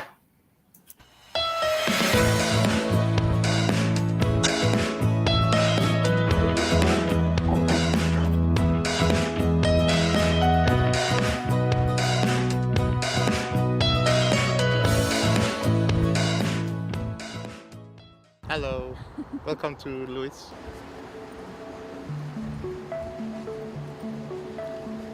Behind me you can see the cancer research shop windows, but they are unusually empty. Any other year, you would be seeing Leslie Hills painting right here. She is painting the people of Lewis. They are many recognizable faces. Today, we're speaking to one of these people behind the paintings. My name is Tony Kalume, but most people call me Anthony Kalume. That's what my mom used to call me. So I am actually one of the few people from Lewis who have been working with the police around hate crime. So we've been, when I say we, it's Diversity Lewis is a group that was formed 10 years ago. And we were actually concerned about the level of racism within the town. So we managed to get a few people who were really up for a challenge. So we started this group knowing that it's not going to be easy. And most people were saying Lewis is not a racist town. And some people are saying, oh yes, Lewis is a racist town. So we had polarity.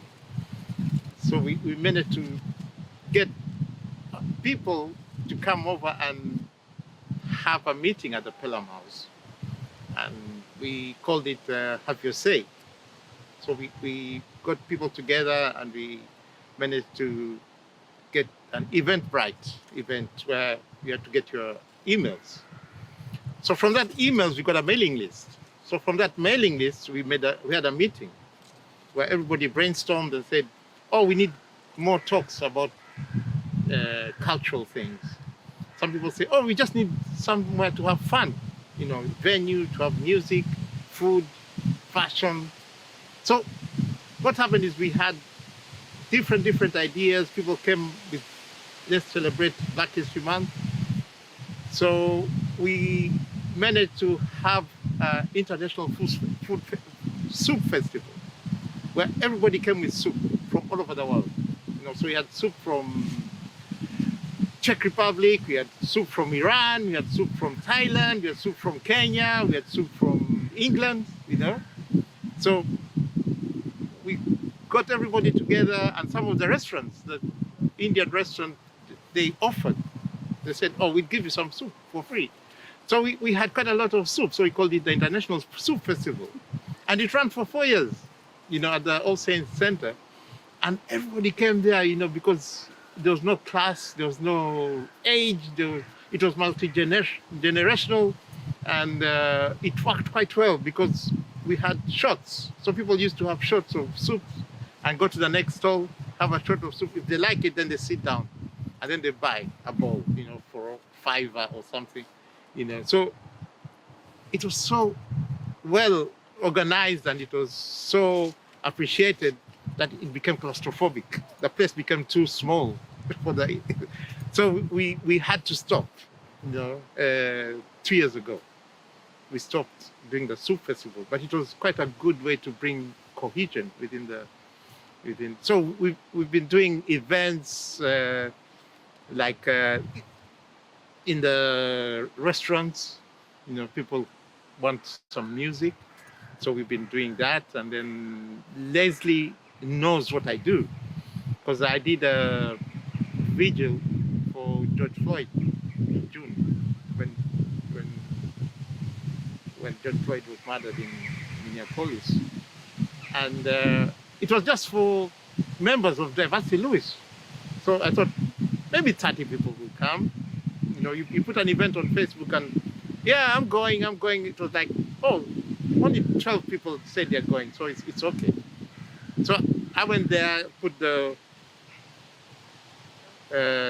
the photograph of George Floyd. I just magnified it big. So I was walking down the street with it. And then suddenly I see all these people, because I told everybody to dress in black. And I was looking everywhere. Wow. I look, there are so many people. And there are like more than 5,000 people turned up, And I was like, what? So what we did, I had anticipated something like that, but I didn't expect so many. So I had stewards. Some of the members were high-vis and started giving them physical distance. So it went all the way up to the court. The court, and then some of it spilled down to the Session Street here in Lewis. So it was such a occasion, and then what we did, we had 8 minutes of silence, and 48 seconds, just because that's how long that somebody stayed on somebody's knee and died. So we did that for 8 minutes, which was quite a long time, but it was quite short. When you saw all the people there, and then there was somebody with a drone who took aerial shots, and I'm so sad nobody took a video of it. But still, you can see the physical distance of the crowd. So yeah, we've been doing events like that. We've been working with the police around hate crime. We've been working with the schools, going to assemblies and speaking about your identity and where you come from, just to get people to know that we are all the same. Racism is something that you learn and you can unlearn. So, and I've been working also with universities, doing, work with the Heritage Lottery Fund. We got some funding from the Heritage Lottery Fund. So we've been working with the museums, Royal Pavilion Museums, and we did an exhibition called Fashion Cities Africa, which brought designers from North Africa, which is Casablanca, and then South Africa, Johannesburg. Then we got people from the West, Lagos, and then from the East, Nairobi. And we brought all their fashion into Brighton Museum. And people came even from America just to see it, because it has never been done like that before. Everybody thinks, oh, people dress in Africa in skins, or they dress in. So when they saw contemporary, artists who even Beyonce and all these Rihanna actually wear their designs. It was amazing, So it was contemporary African city fashion, So it was a different look at people and seeing that our main aim is to celebrate our differences. That's what we do. I think that's what Leslie liked about it. When Yeah. did Leslie paint you? Actually, we met in December last year, and she said, "There's a competition in January. I want to enter, and I need you to I need to take your portrait of you." So I said, "Okay, fine." So I sent her some pictures. She said, "No. I don't want it like that. I want it like this." I said, "Okay, then take a picture then." So she took a picture of the way she wanted, because I'd given her a full. I said, "No, I just want your face, but looking that side." So she came and took a picture of me, and that was in December. And then she said the competition is in January. So I don't know if she submitted it or not, because I haven't seen her for quite a while because of the pandemic.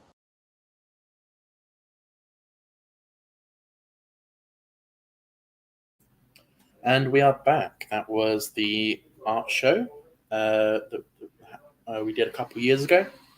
Very good. In the window of that shop, you saw they had a painting of Keith as well. Did you ever get a painting done by them? No. No? No. Okay. So we were just talking about some of these horrible stories. A nurse was caught killing babies in a maternity ward. You went? Peninsula Wars. Maternity ward. Oh, right. I thought you said, yeah. No, I didn't say that. Peninsula Wars. That's Spain. Duke Wellington and the Peninsula Wars. Babies killed in the Peninsula War. Oh, gracious. What were you saying? I cut you off because the clip had. Well, this one is the one I just talked about. That in a strange way they had a windfall tax on renewables, which they didn't want people to believe, but that's what's happened. 15 billion quid. We'll be quite unusual. That's still old Mr. Quasimodo's coffers for a while, won't it? Yeah. They've just announced that Charles's coronation will be taking place on the 6th of May. Yeah. How do you feel about all the coronation stuff? Oh, well, obviously Queen Elizabeth's thing was grossly overdone. I mean, it's all very well and so forth, but I always remember back on that hat and I get that crown. And I always convinced myself it was going to fall off, It was always when Winston Churchill was buried in state. And I remember so what David and I was saying, when they do these things, they always do it in hushed tones. The Queen is coming to say, hushed tones. This is not, you barely hear. I think Winston Churchill somebody said next to me, said, "Look, coffin's open and Winston's rolling down the hill." It was just a joke, but I always feel that her crown was going to fall over her. She would trip over it coming back. Well, no, I think that the pomp and pageantry is wonderful up to a point, but it gets a bit too overdone, doesn't it, really? Sometimes it can do, yeah. Yeah, and he said that, well, you see, I think Charles is proving to be a really good chap, if you like, as he would put it, a good chap. Good chap. He's one of us, yes. I don't like how he says mummy and daddy. I know, it's a bit weird, isn't it? It is a bit weird, yeah. I thought it was a public school thing. Didn't they call her Mater? Mater? That's in Mater Eton. That's Eton talk, Mater. I've got to go and see the Mater. No, I've not heard that before. No. Mater? Probably before my time.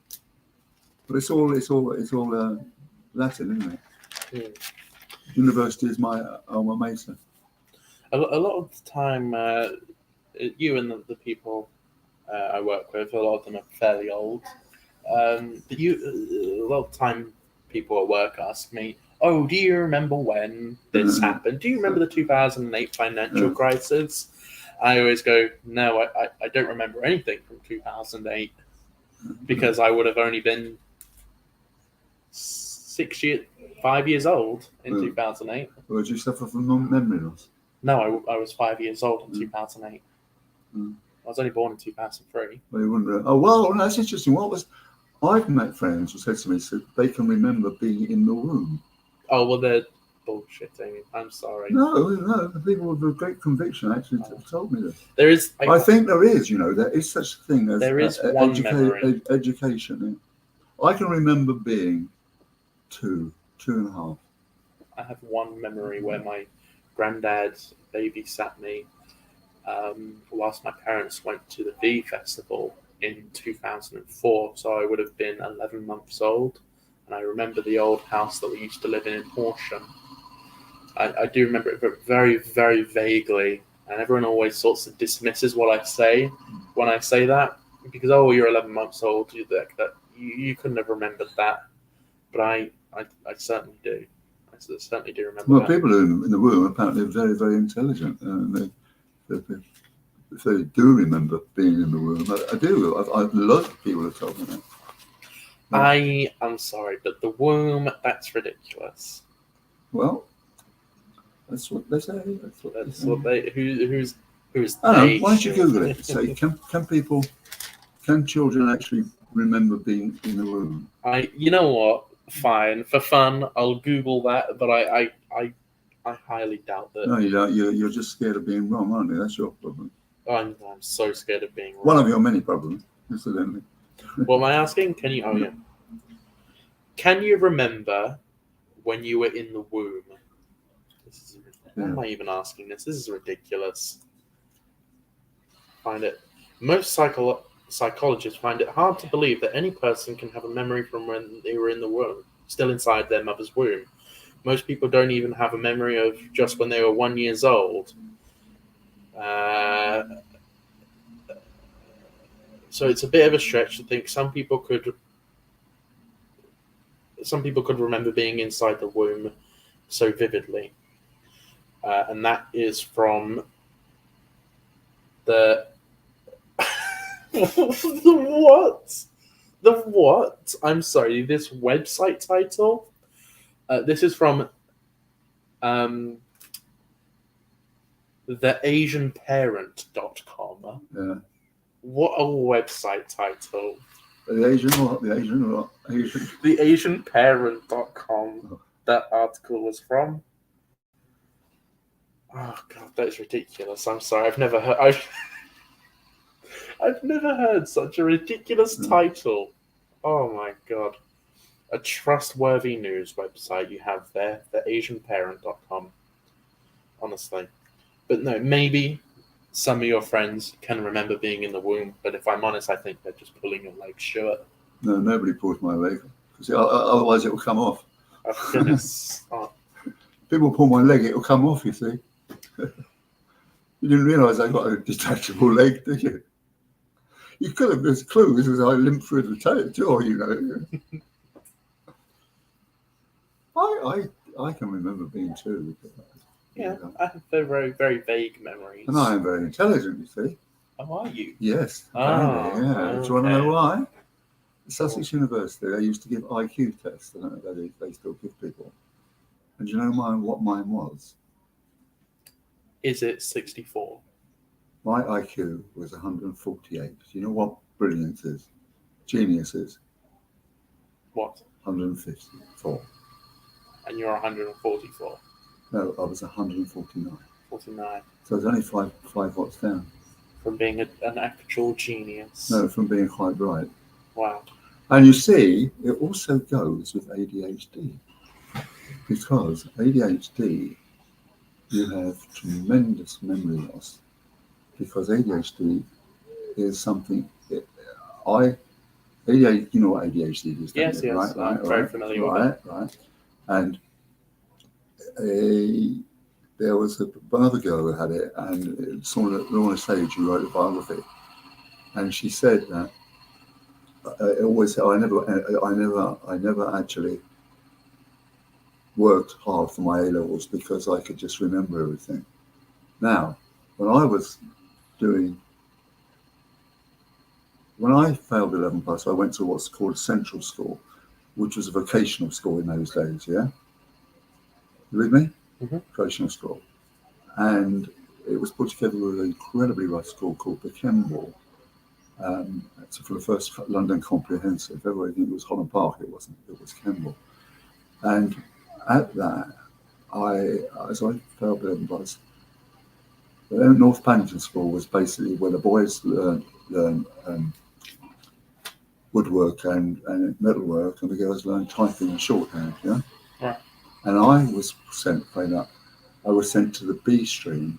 I am still listening. Yeah, sorry, but could you pull your chair in? Yeah, I actually was put in the B stream. There were 9 streams in comprehensive, right?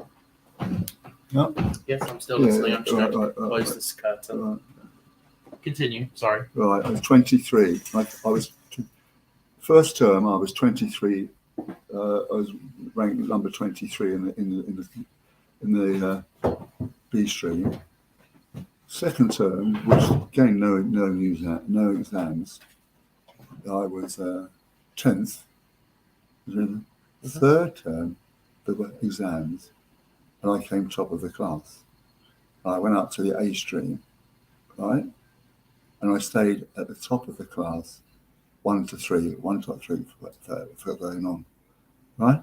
Mm-hmm. Yeah, but I couldn't cope with exams. I could do because I had what is known as an automatic photographic memory.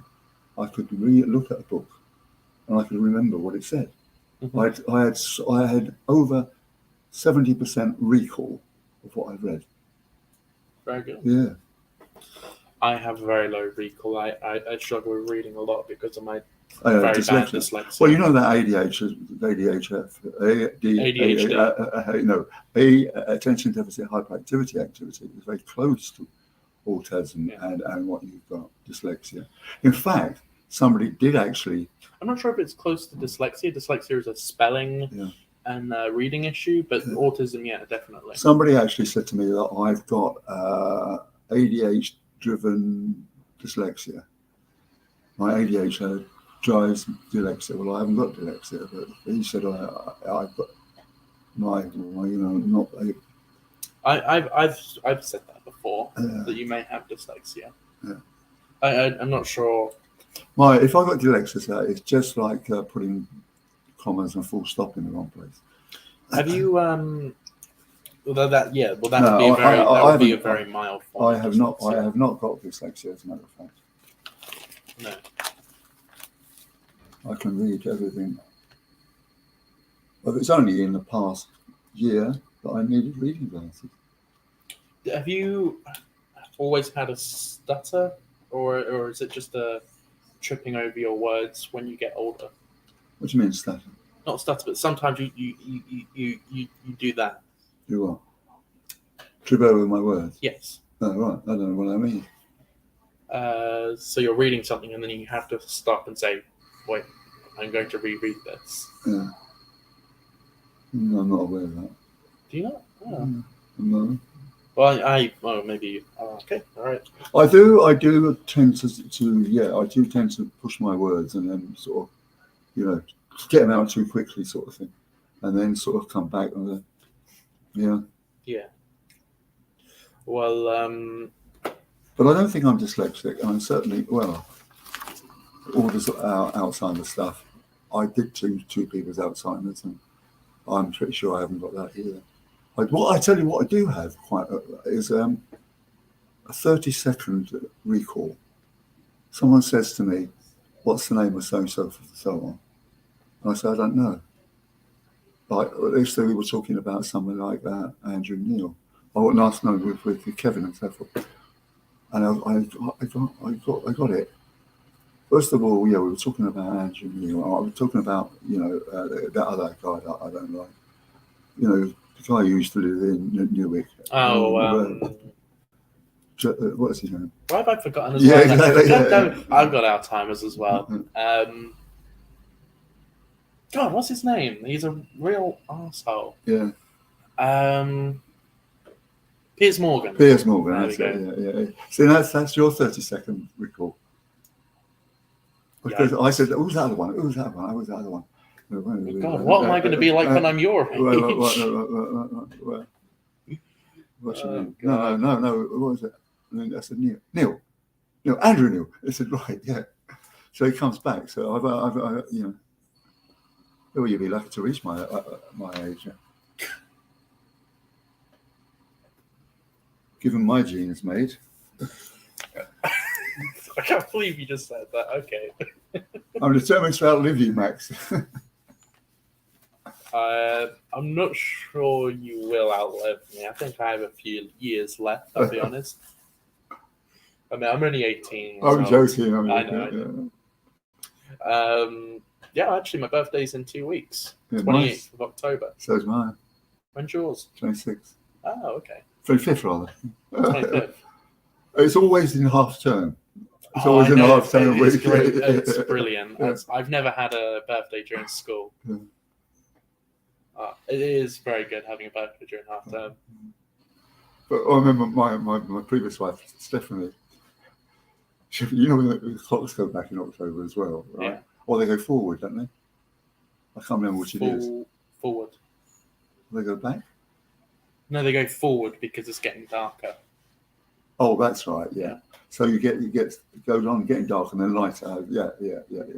So they go forward in October and back in March. Yeah. Yeah. Because it's getting lighter. Yeah. What was your point about the clocks? Well, my Stephanie, my wife, she used to get jet lag when the clock went back. She used to get jet lag from it? She was joking, but yeah. Oh, right. No, it's when you go into the pub, you know, she'd say, God, I got jet lag. I should be there quicker than anybody else. No, it's just a joke we had. It is annoying because my natural body clock always wakes me up at 6 o'clock. So when the clocks go back or forward, it messes up my sleep. Yeah, it's annoying. All my life, I've woken up. I've woken up around 77. But now that Leslie's an hour and I'm a lark, and I've been sort of waking up at 4 o'clock sometimes. I don't know what that is. Just anxiety, I suppose. Well, I forgot what I was going to say now. Must be Alzheimer's. I don't know. Yeah, Alzheimer's. We've only got 20 minutes left. All right. Well, I'll send the old boy in for you. All right.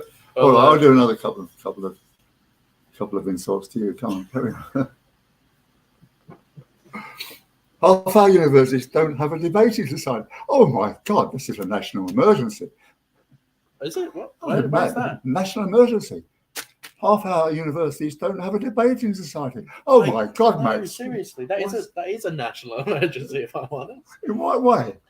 No, not national emergency, but I've never had a debating society in my school or college. I never had that. I would have loved to have a debating society. Well, making nuisance of yourself. Yeah. Expanding your crazy views. Well, I certainly have no issue taking the more controversial side in those debating societies. But I do like debating. A lot of the time I'm not very good because I can't be quick enough. So it's difficult. But I do like having conversations that are definitely controversial. I've done amazing things in debating societies, swinging the vote this way and that way. So were you on debating society? Yeah. Well, that's a real shame that I never got to do that because I would have loved to have it do the debating society. I used to take people aside. It was really yeah. How can you say that? How can I say Prime Minister. Yeah. I don't know why only not even half the universities don't have debating societies. That's a real So that's an issue. Why not? Well, have a read and find out. The debating societies are very healthy. It's very healthy to have a good debate. Of course it is, yeah. When it gets into name calling, that's when it gets bad. Or unless it's like us and name calling, it's a joke, obviously. And we're No, I kidding agree with you. around. I agree. Debating societies is a very good idea to thrash out issues and things.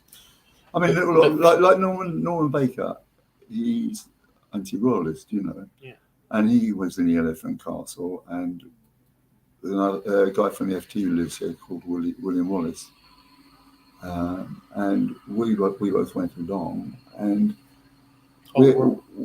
Remind me later. I want to ask you about one of the people who work at the Financial Times. Yeah. I'll ask you off air about that. we'll see. I wouldn't know, but you can ask me. But He's been working there for a very long time. Well, I only recognise now 2 bylines out of the whole lot. Oh, really? Yeah. Well, no, 3. I know the what's it? No, it's come a long way, and it's as I tell people, it's like a Premier football team because it's a global product, right? Yeah. It makes money. You make money, you can buy the best writers, and that's why it's such the best paper around at the moment.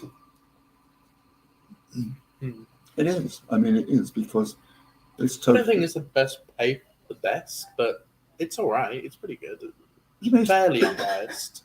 What do you mean fairly unbiased? The nonsense. It's totally bloody unbiased.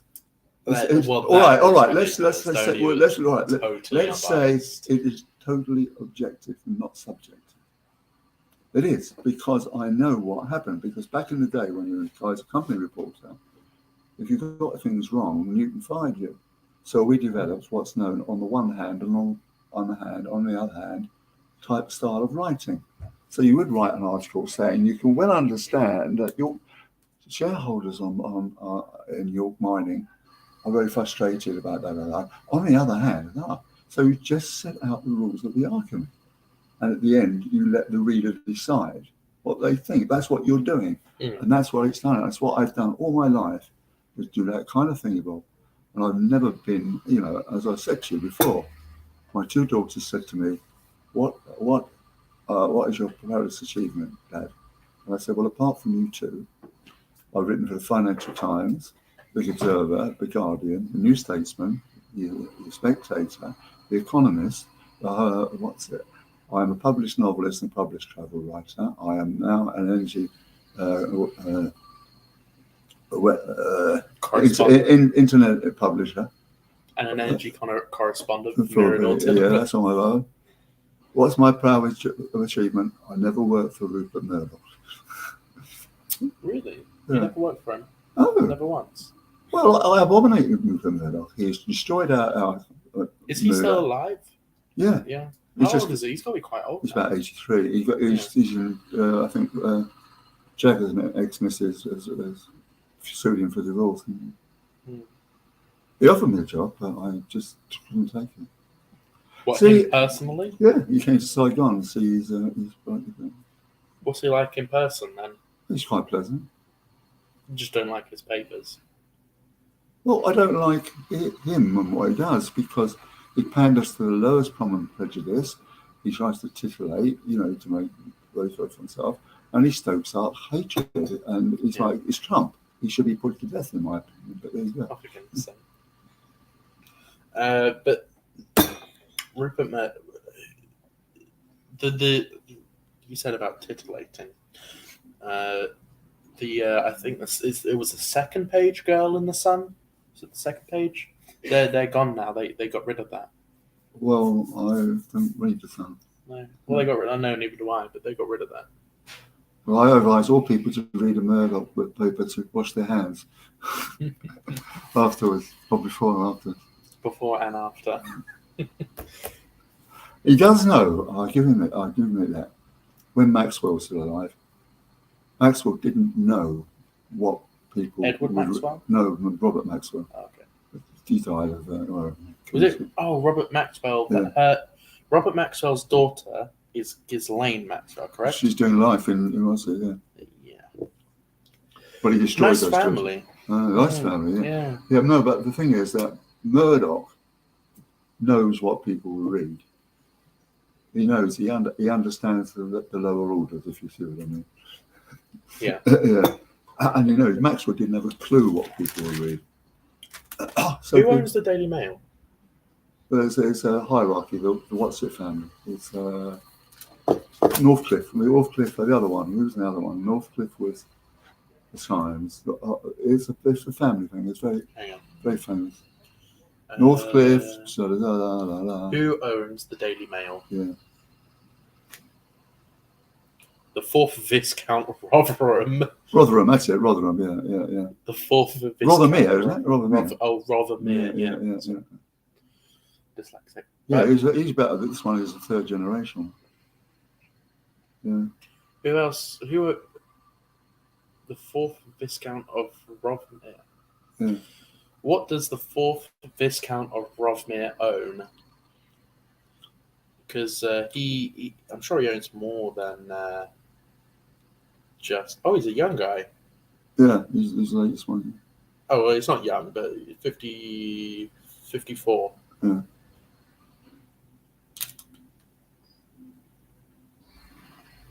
Sorry, I'm just typing that in. What else does he own? Well, he owns other Besides- papers, presumably. I don't know. I don't think he owns loads of papers, but he must own some other one. Even Standard he used to own. I don't think he owns that anymore, does he? The Steeple Times? I've not heard of that. The what? Steeple Times. No, I don't know. They used to own the Even Standard, but I think it's somebody else now. It's somebody Russian, isn't it?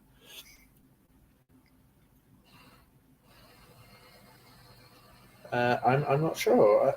I think that might be the only paper he owns. It's not telling Yeah, I me think any other. it could be. But the 4th Viscount of Rotherham, so he's some sort of royalty. Viscount would be the Queen's nephew. Is that a Viscount? Who? Viscount?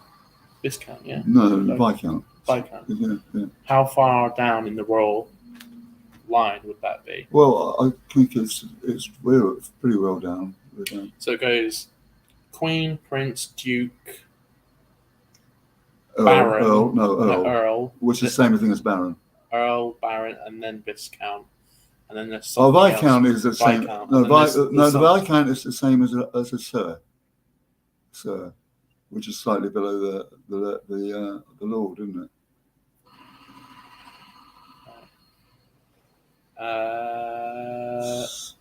Yeah. So well, you can get one Viscount is a hereditary Sir, right? Yeah. Viscount is a hereditary Sir, I think. Yeah, Viscount literally is a Sir. Was a Sir. is it just the king or queen who can't be political, or is it princes? Well, at what point can you get political? Royal family is not supposed to be political. But Charles was before he became king. Well, he's not king, is he? He wasn't king. No, before he became king. But he was still part of the royal family. At what point are you allowed to be political? I assume it would be prince then. Prince and princess. Yeah, well, he was political. And in the sense of, well, it wasn't, political in terms of the House of Commons or the House of Lords. He was political in terms of his views on climate change.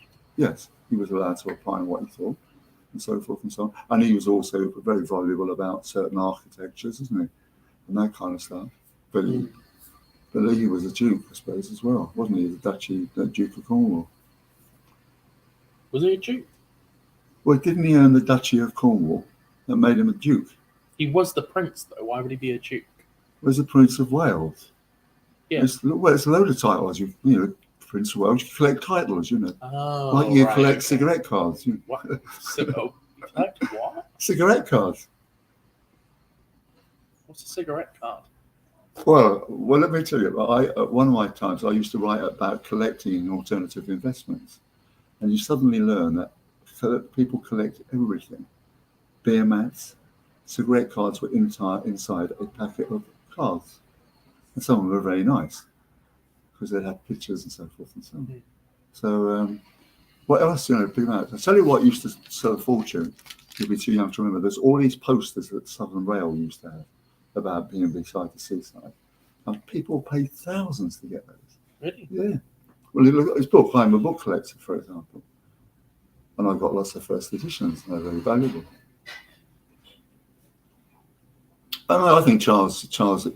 How long until your book comes out? Because you're in your memoirs right now. Yeah, well, it should have been Christmas, but life gets in the way. John Lennon, one bit behind now. Probably about March next year, I think. January, February, March. Okay, well, not too far away. Probably about 6 months away from now. Yeah. How much do you write a day? Well, in theory, I write 500 pages every day, but it always gets taken away by what other things I do. Jesus, 500 a day. How big is this book? It's 500 words a page, right? Yeah. So I've agreed to do 200 pages. Oh my god. 100,000 words. Well, it's a slim volume. It's not. Because some books are about 1,000 pages, don't they? That is wow. Do you have lots of pictures in it? Could do, but I don't really want pictures of me. No. No. Oh. Well, the only books I can read are picture books. Yeah, that's right. We don't read picture books; you look at them, Max. I know that's the joke. That's how I got to know Peter a bit differently. Because oh yeah, because he coincidentally read your book in wherever he was at the time, in Eastern Europe. Yeah, probably. Yeah. Where is it? He was in where was he?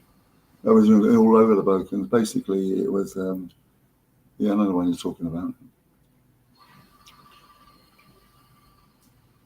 He loves that country. He talks about it very highly. Yeah.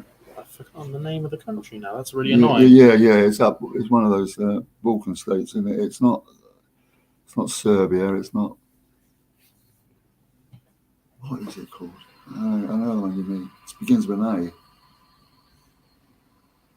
Oh, I mean, yeah. Why am I struggling with that? Well, I am struggling with words today. That's annoyed me. But anyway, your book was in Eastern Europe somehow, and you picked it up in a bookstore, read the book, and then Start promoted it. well, no, and then he met you. You live just down the road from each other at that point. Yeah. Kosovo, that's it. Yeah. God, Yeah. why did that take me so long? Alzheimer's, mate.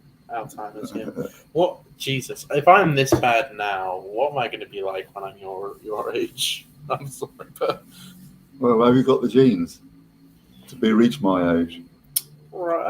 yeah. I mean, well, no, I don't think so. It's all in genetics, you realise, don't you? Yeah. As I asked my doctor about this, she said, "So what is this thing about the genes?" And she said, "Who do you look like?" And I said, "I'm a spitting image of my mother." Ah, there you go. My mother lived to be 100. Uncle George lived to be 198. Uncle Bill lived to be 101. I told you this. Yeah. Annoyingly, I have more of my father's genes than my mother's. So. Well, would you really want to live to be 100? I mean, you're very painful. Well, I mean, my great. No, I don't think it's painful. It's just that all your friends would die. What's the quality of your life? The quality of your life. My great granddad lived to 92, and he said the same thing. He lived in not a retirement home, but like an over 60s complex. Yeah. But he was saying that he used to have lots of friends. They're all dead. And he stopped making friends with the residents in his over 50s home or over 60s, whatever it was, because he would get too sad because he stopped making friends with the people because they would just die a couple years later. Mm. And so he had no one towards the end apart from family, which was a real shame. It's a shame because people are on their own and well, I'm sure you're noticing it now as well. What's The that? friends you used to have just are dropping off. Well, I was doing it not so much recently, but I was doing a funeral a month at one point. Yeah. Oh God, I can't imagine that because it must be daunting to know, God, everyone around me. Well, you've got probably another 20 years left. Depends. How old are you now? You're 78. 78. I mean, if Well, Leslie swears, the things that kill people most of all are smoking. the biggest killer, I would say, is stress. Yeah, I agree. I agree with your anxiety and that kind of thing. Yeah, and loneliness. Loneliness is kills off people. Yeah. I mean, I think Roger Bailey in my road, he died of loneliness. Oh, really? Yeah, people, you're on your own all the time. It's you don't want to carry on, that kind of thing. You just sort of give up. Yeah. That's rough. That's why I talk about pubs. People don't go to drink so much as to go for companionship. People go to a bar just someone to talk to. Is that where you go play bridge every Wednesday, is it? Well, I'm doing Tuesdays at the moment because I thought I got to be very good, but then I lost the plot. So I said I'll go to the improvers classes and try to catch up on that. It's a very complicated name, and you need to really know what you're doing. I like it though. Very good, keeping the old brain in order. But then again, I write all the time, so that keeps you. That's very stressful. And you're doing this. I mean, we've been talking for 2.5 hours, so this keeps your brain going. We've only got 4 minutes left for the show. So what we're going to do now is we're going to play Scenes in Sussex, and that should take us just towards the end of the show, and then we'll end off and say goodbye. So stay where you are, Stuart. Don't head off. Yeah. All right, here we go. Scenes in Sussex.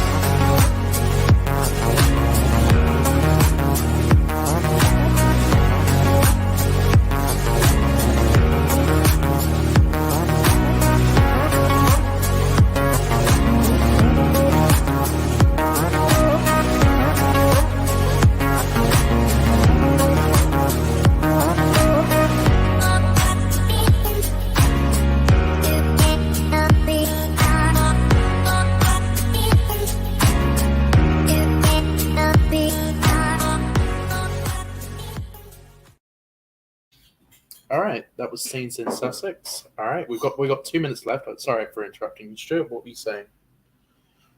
Why am I sitting here for another 2 minutes? What's going to happen? At the 2 minutes we finish off the show, okay? Let's honestly, Stuart. Well, we better sing a song then. Goodbye. Don't start singing. Goodbye, Sally, we shall see. Did you do lots of plays in school then? I did a couple, yeah. I was always cast as a villain for some reason. I don't know why. Gee, I wonder.